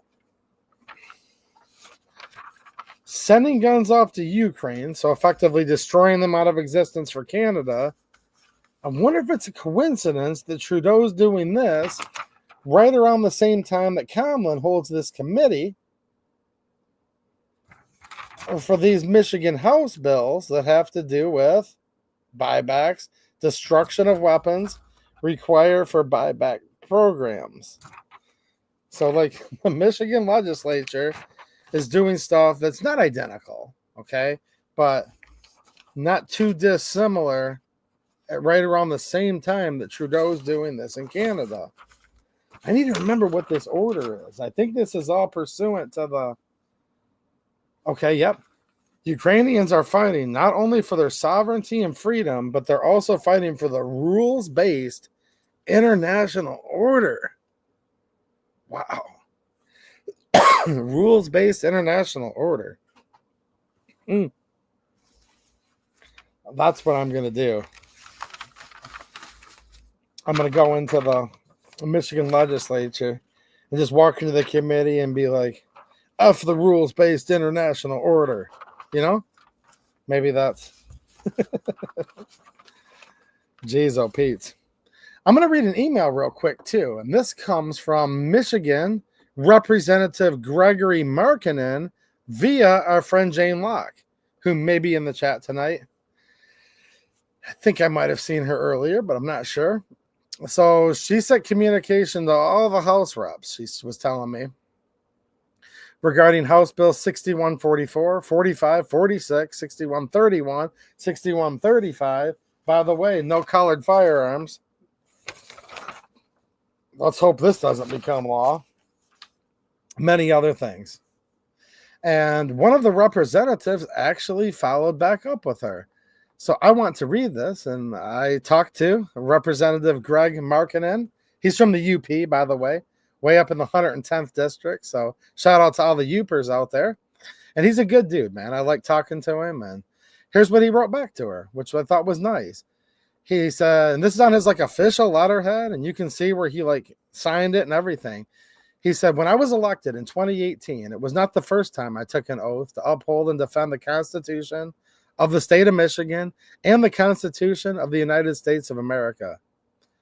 The Constitution of the state of Michigan says, quote, every person has a right to keep and bear arms for the defense of himself and the state. Article 1, Section 6. And then he actually attached Michigan Constitution PDF for her to click on. So, hey, man, this guy's right on the same base as 2A EDU, trying to, cite his sources and talk about the Constitution. He said the Second Amendment of the Constitution of the United States says, the right of the people to keep and bear arms shall not be infringed. And then he links her to the Second Amendment in the Constitution. She needs to read it. And then he concluded, the first time I took an oath was in 1976 when I joined the United States Army. I will never vote to violate American citizens' right to keep and bear arms. If it comes up for a vote, I will be a hard no. And he has no underline. Sincerely, Gregory Markinen, State Representative, District 110. So, hey, there's a rep you guys should be getting behind right now. His letter to her is very simple, and that's what it should be. He says, this ain't my first rodeo, young lady. I took an oath a long time ago. He also took an oath to be a state rep. He's honoring both of those oaths. He cites the Michigan Constitution. He cites the United States Constitution. Then he says, I will never vote to violate American citizens' right to keep and bear arms. If it comes up for a vote, I will be a hard no. And so far, his track record has actually proven such. So I kind of liked reading that. It doesn't even really sound like a politician. He just literally says, I was elected. I took that oath. Been in the Army. Took that oath. Here's what the Constitution says. No to gun control. So I wanted to share that with you all. And then Jane had responded back to him and said, I really appreciate your response. I am very impressed, especially since I'm not even in your district. Jane's not even in his district. He took the time to write her back, which was nice of him. Ooh, Jane is in Jennifer Conlin's district, the lovely chair of the committee. And when we say lovely, we mean in a different kind of way.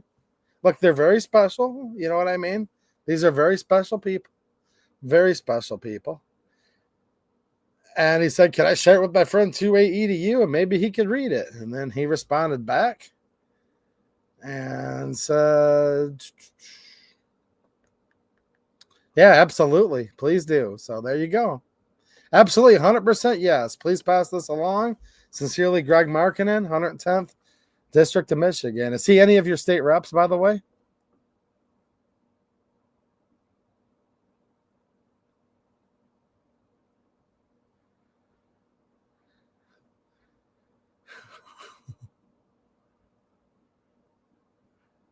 That's good. How many of you guys took oaths? Maybe many years ago.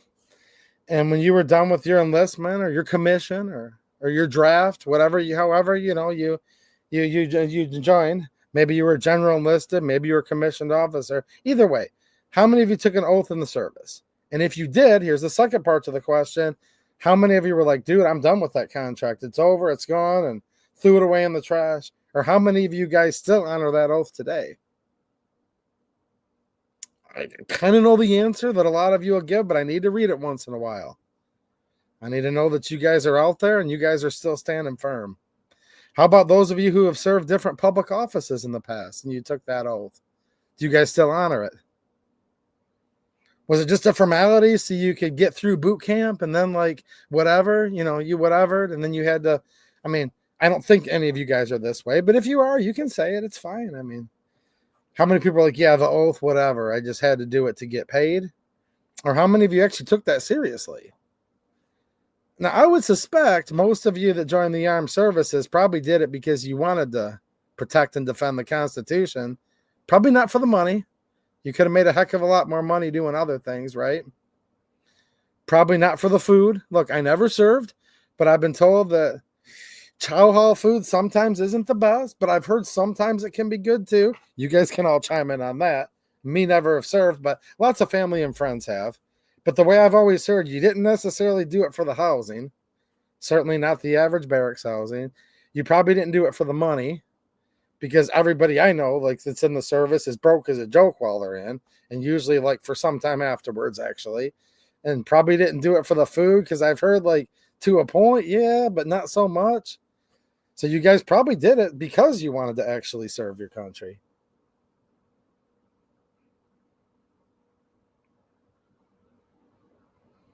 Okay, good.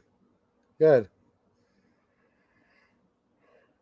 And I'm talking about all kinds of oaths, not just in the United States Armed Services. Those of you who took oaths in militia. Those of you who took oaths because you were a member of your school board. Maybe you took the oath because you were a township trustee. All of these oaths, look, in different ways. There's different ways, but all these oaths are equally as important. When you're a public servant, you need to take that stuff seriously. But I wonder how these people justify this and go to sleep at night. And the only conclusion I come to is some of these oath violators just must have no soul. Like they just do whatever the heck they want. And it seems like somehow they do sleep just fine at night, which is repugnant to the Constitution.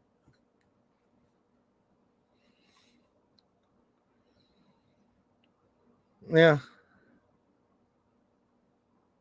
Well, room and board. Yeah, Harry Gremlin. Yeah, room and board. I've just heard like it's not like the best room and board. They do pay you, but it's not like you're living high on the hog. At least that's what I've been told. Maybe some of you guys have different experiences. Yeah, I think a lot of them did sell their souls to false gods. Yeah.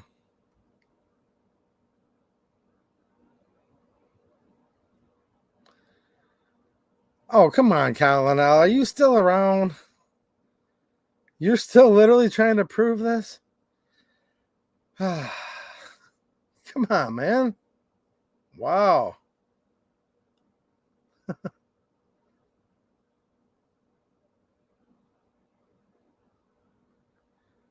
Wow.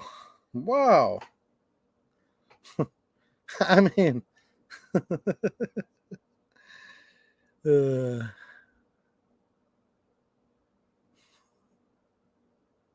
hmm.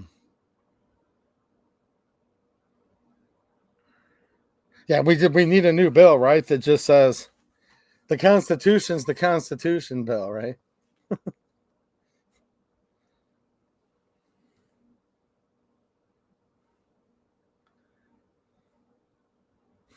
Look at this stuff, crazy. Either look at my man. Do you think he'd walk up to me and you, Phil, if we're at the state capitol with our beards? I mean, wow. He wouldn't walk up to. I mean, Jay's oh Pete's, dude. Maybe he will. I don't know, man. Well, I'm assuming we're still friends, right, Colin? I mean, we're still friends, I assume, but I don't think our friend would walk up.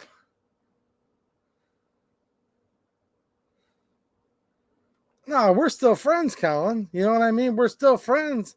I'm just saying, man. Come on now. Come on. See what he looks like, guys? Look at him. Here's what he looks like. He's a red letter C. I mean, what's happened to Mike McClune?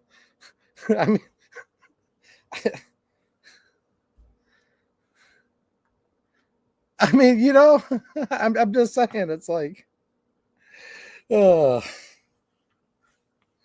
I like you, Colin L. I do, and that's why I'm being so polite to you tonight. Because I like you, I'm being very polite.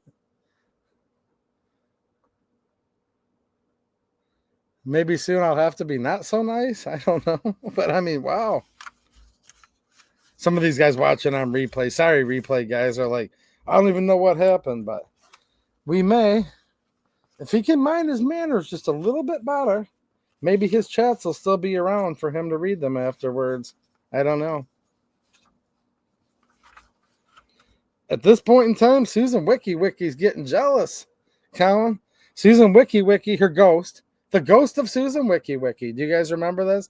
Just sent me a text message. Now, she was the CEO of YouTube. Then she died. Now her ghost comes to moderate the channel. Her ghost just said, don't you make a move on my man there, Colin. Don't make a move on her man. She had a crush on me. Mrs. 2A EDU, the lovely Linda, had to fend her off. Ooh, it's not so good.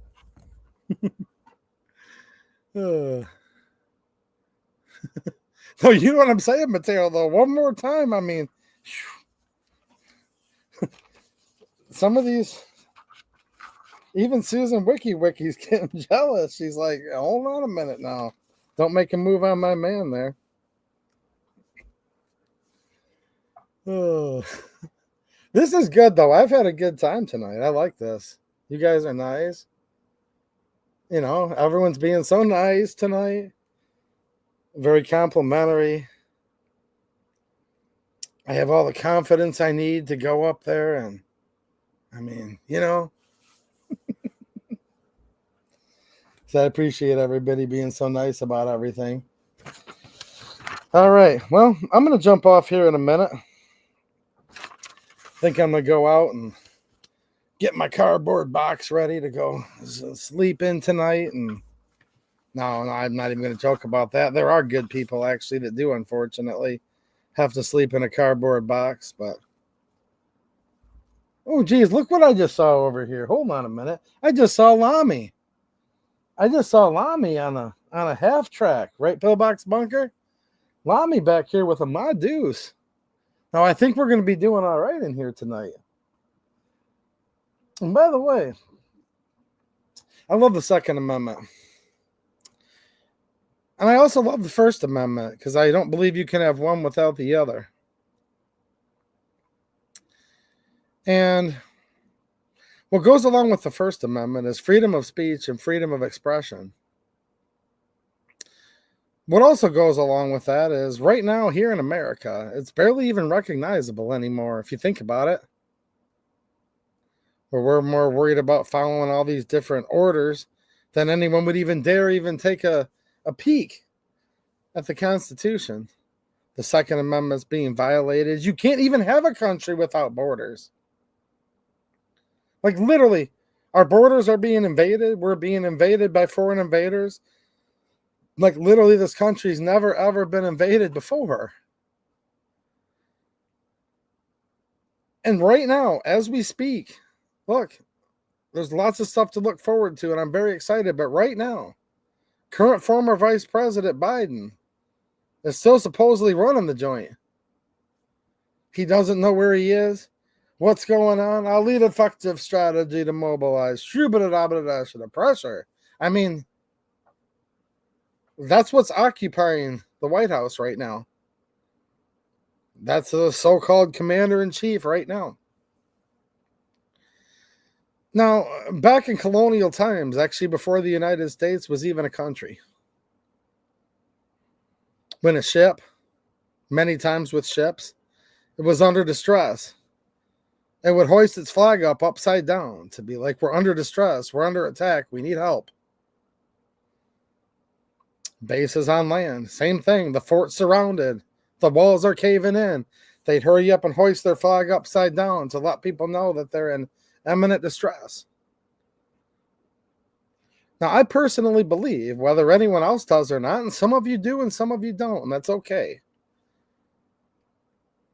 Because the only thing that's been just as controversial is whether my beard, my hair, my suit, it's nice. Is it nice enough? Nobody knows.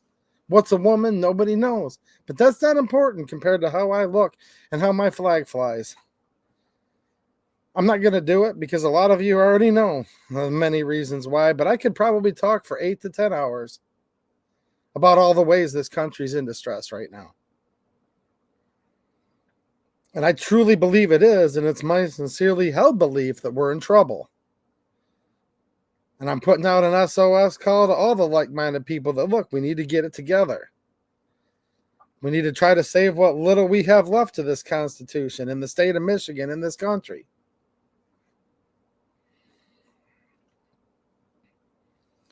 So I don't know who started this rumors, but all of a sudden, all of these leftists and Johnny do-gooders, they're all flag code experts.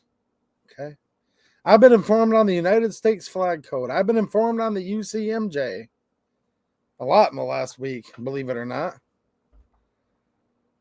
First of all, the UCMJ doesn't apply to me. I'm not in the United States Armed Services, you see. And I hope that it never does, because if the UCMJ is applying to citizens, then that means we're literally living under a military police state. And nobody that served, I hope, wants that. I hope nobody wants that. So it's a moot point. There is no, but you're not conforming to UCMJ standards. No. No, I'm not in the United States Armed Services. I'm a civilian. So first of all, I have to educate people on that, I guess. Second of all, First Amendment, property rights, two things that people don't really understand a lot for some reason lately. First of all, I own that flag and I bought it with my own money. Okay? It's my flag. Now, physically, literally. Now, figuratively, people say, well, no, 280U, that's the flag of America. Okay, in that regard, I hear you, but I'm also an American. So it's also my flag when it comes to that, too. Okay?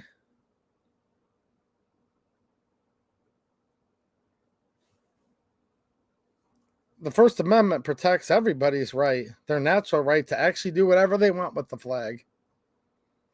Do I enjoy watching people do nasty, disrespectful things to it? No, I don't like that, actually. I don't like to see it. I wish it didn't, but I respect their First Amendment protected right to do actually whatever they want with the flag.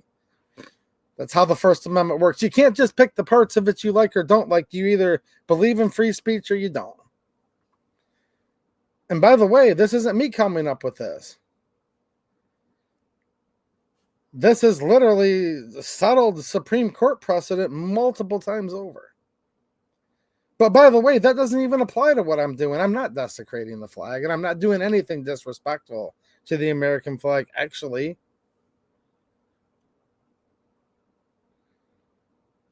I'm flying it with it flowing in the proper direction for the times that I sincerely believe we're in right now.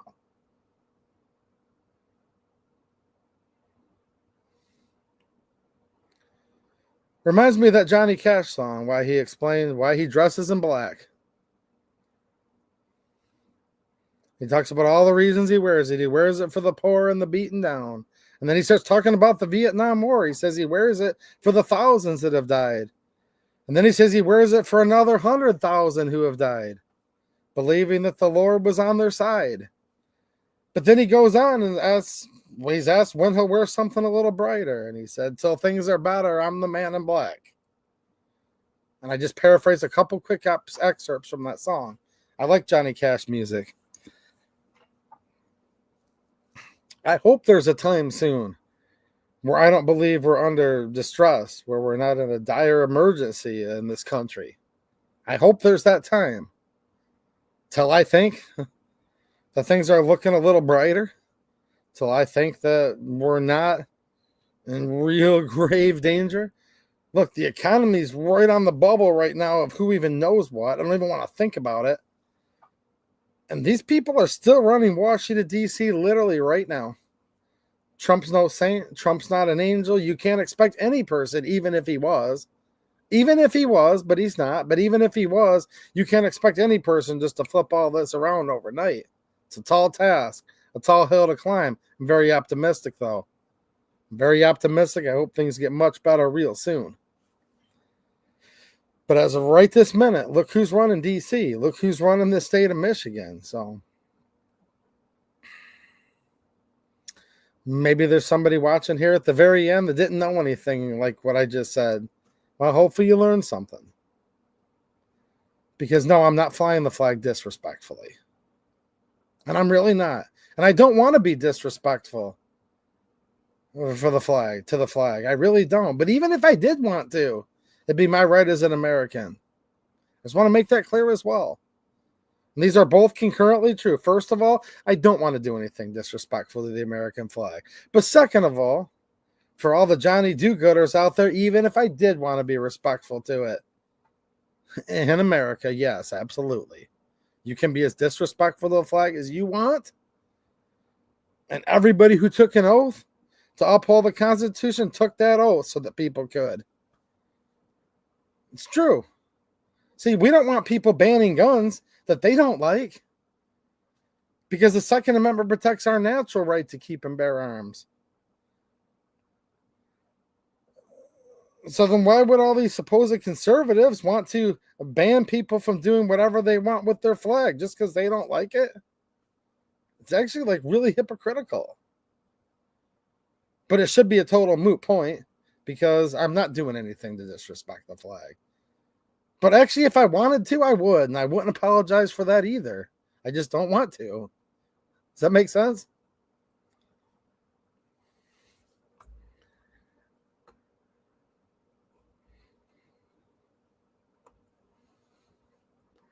Yep, woke up in the morning, put on his cleanest dirty shirt. Yeah.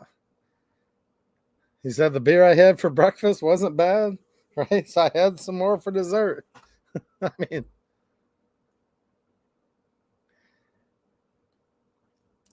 and I'm flying the Jolly Roger up there for a reason too.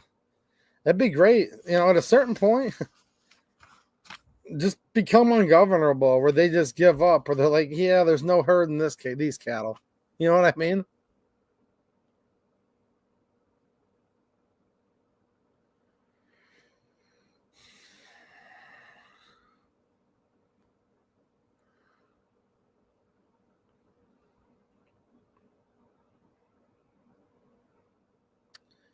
I don't know what your context is. Scott. He says a lot of Americans died for that flag freedom. Yeah.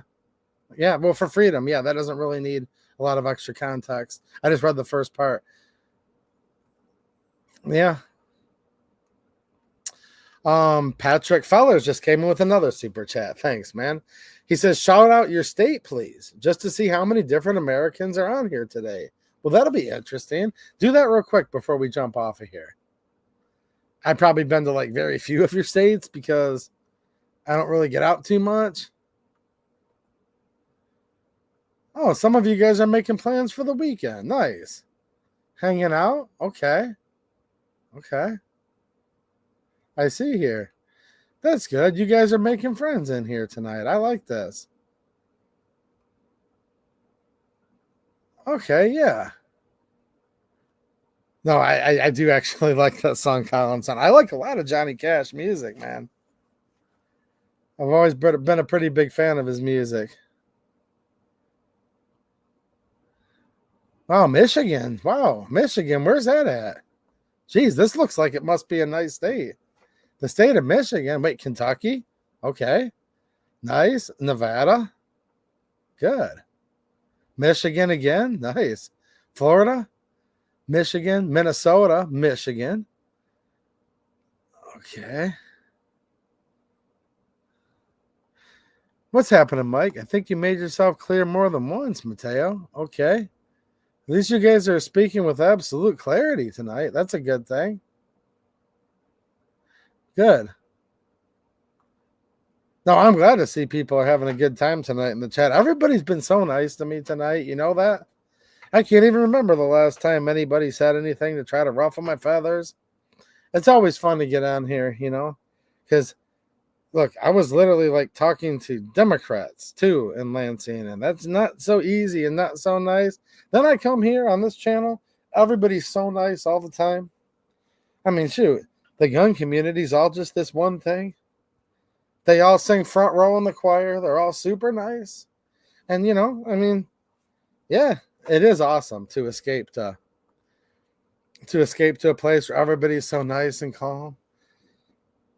And it's a good thing, too, because I'm so fragile and so weak-kneed.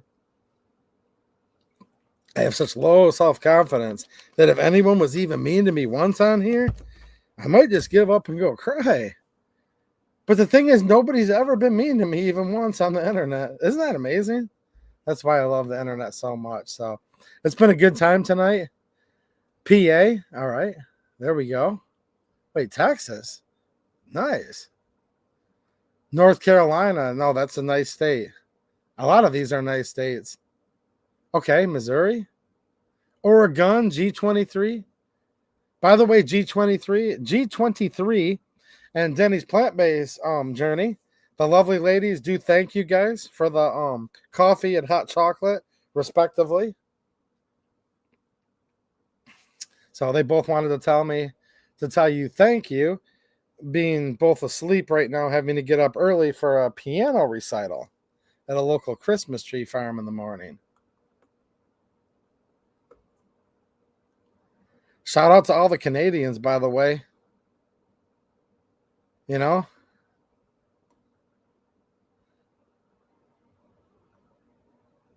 keep the beard and grow the length, maybe. I don't know.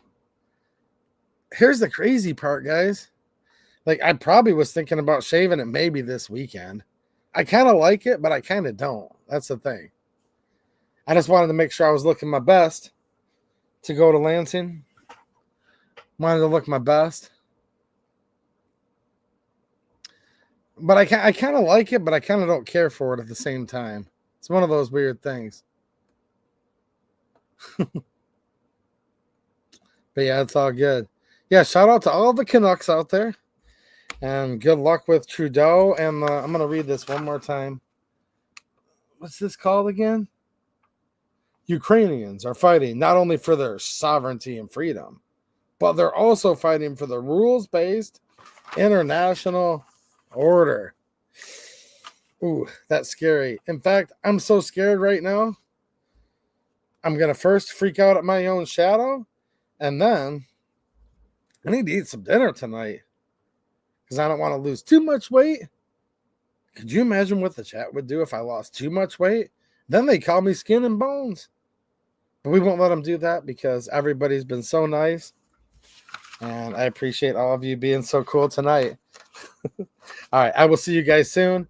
More content coming. Make sure you check out those censorship-free sites in the description because I will be streaming in other places tomorrow. Probably another YouTube video coming tomorrow. And then, I don't know, if the good Lord's willing and the creek don't rise, I will be back here next Friday as well. All right, thanks for watching, and have a good one.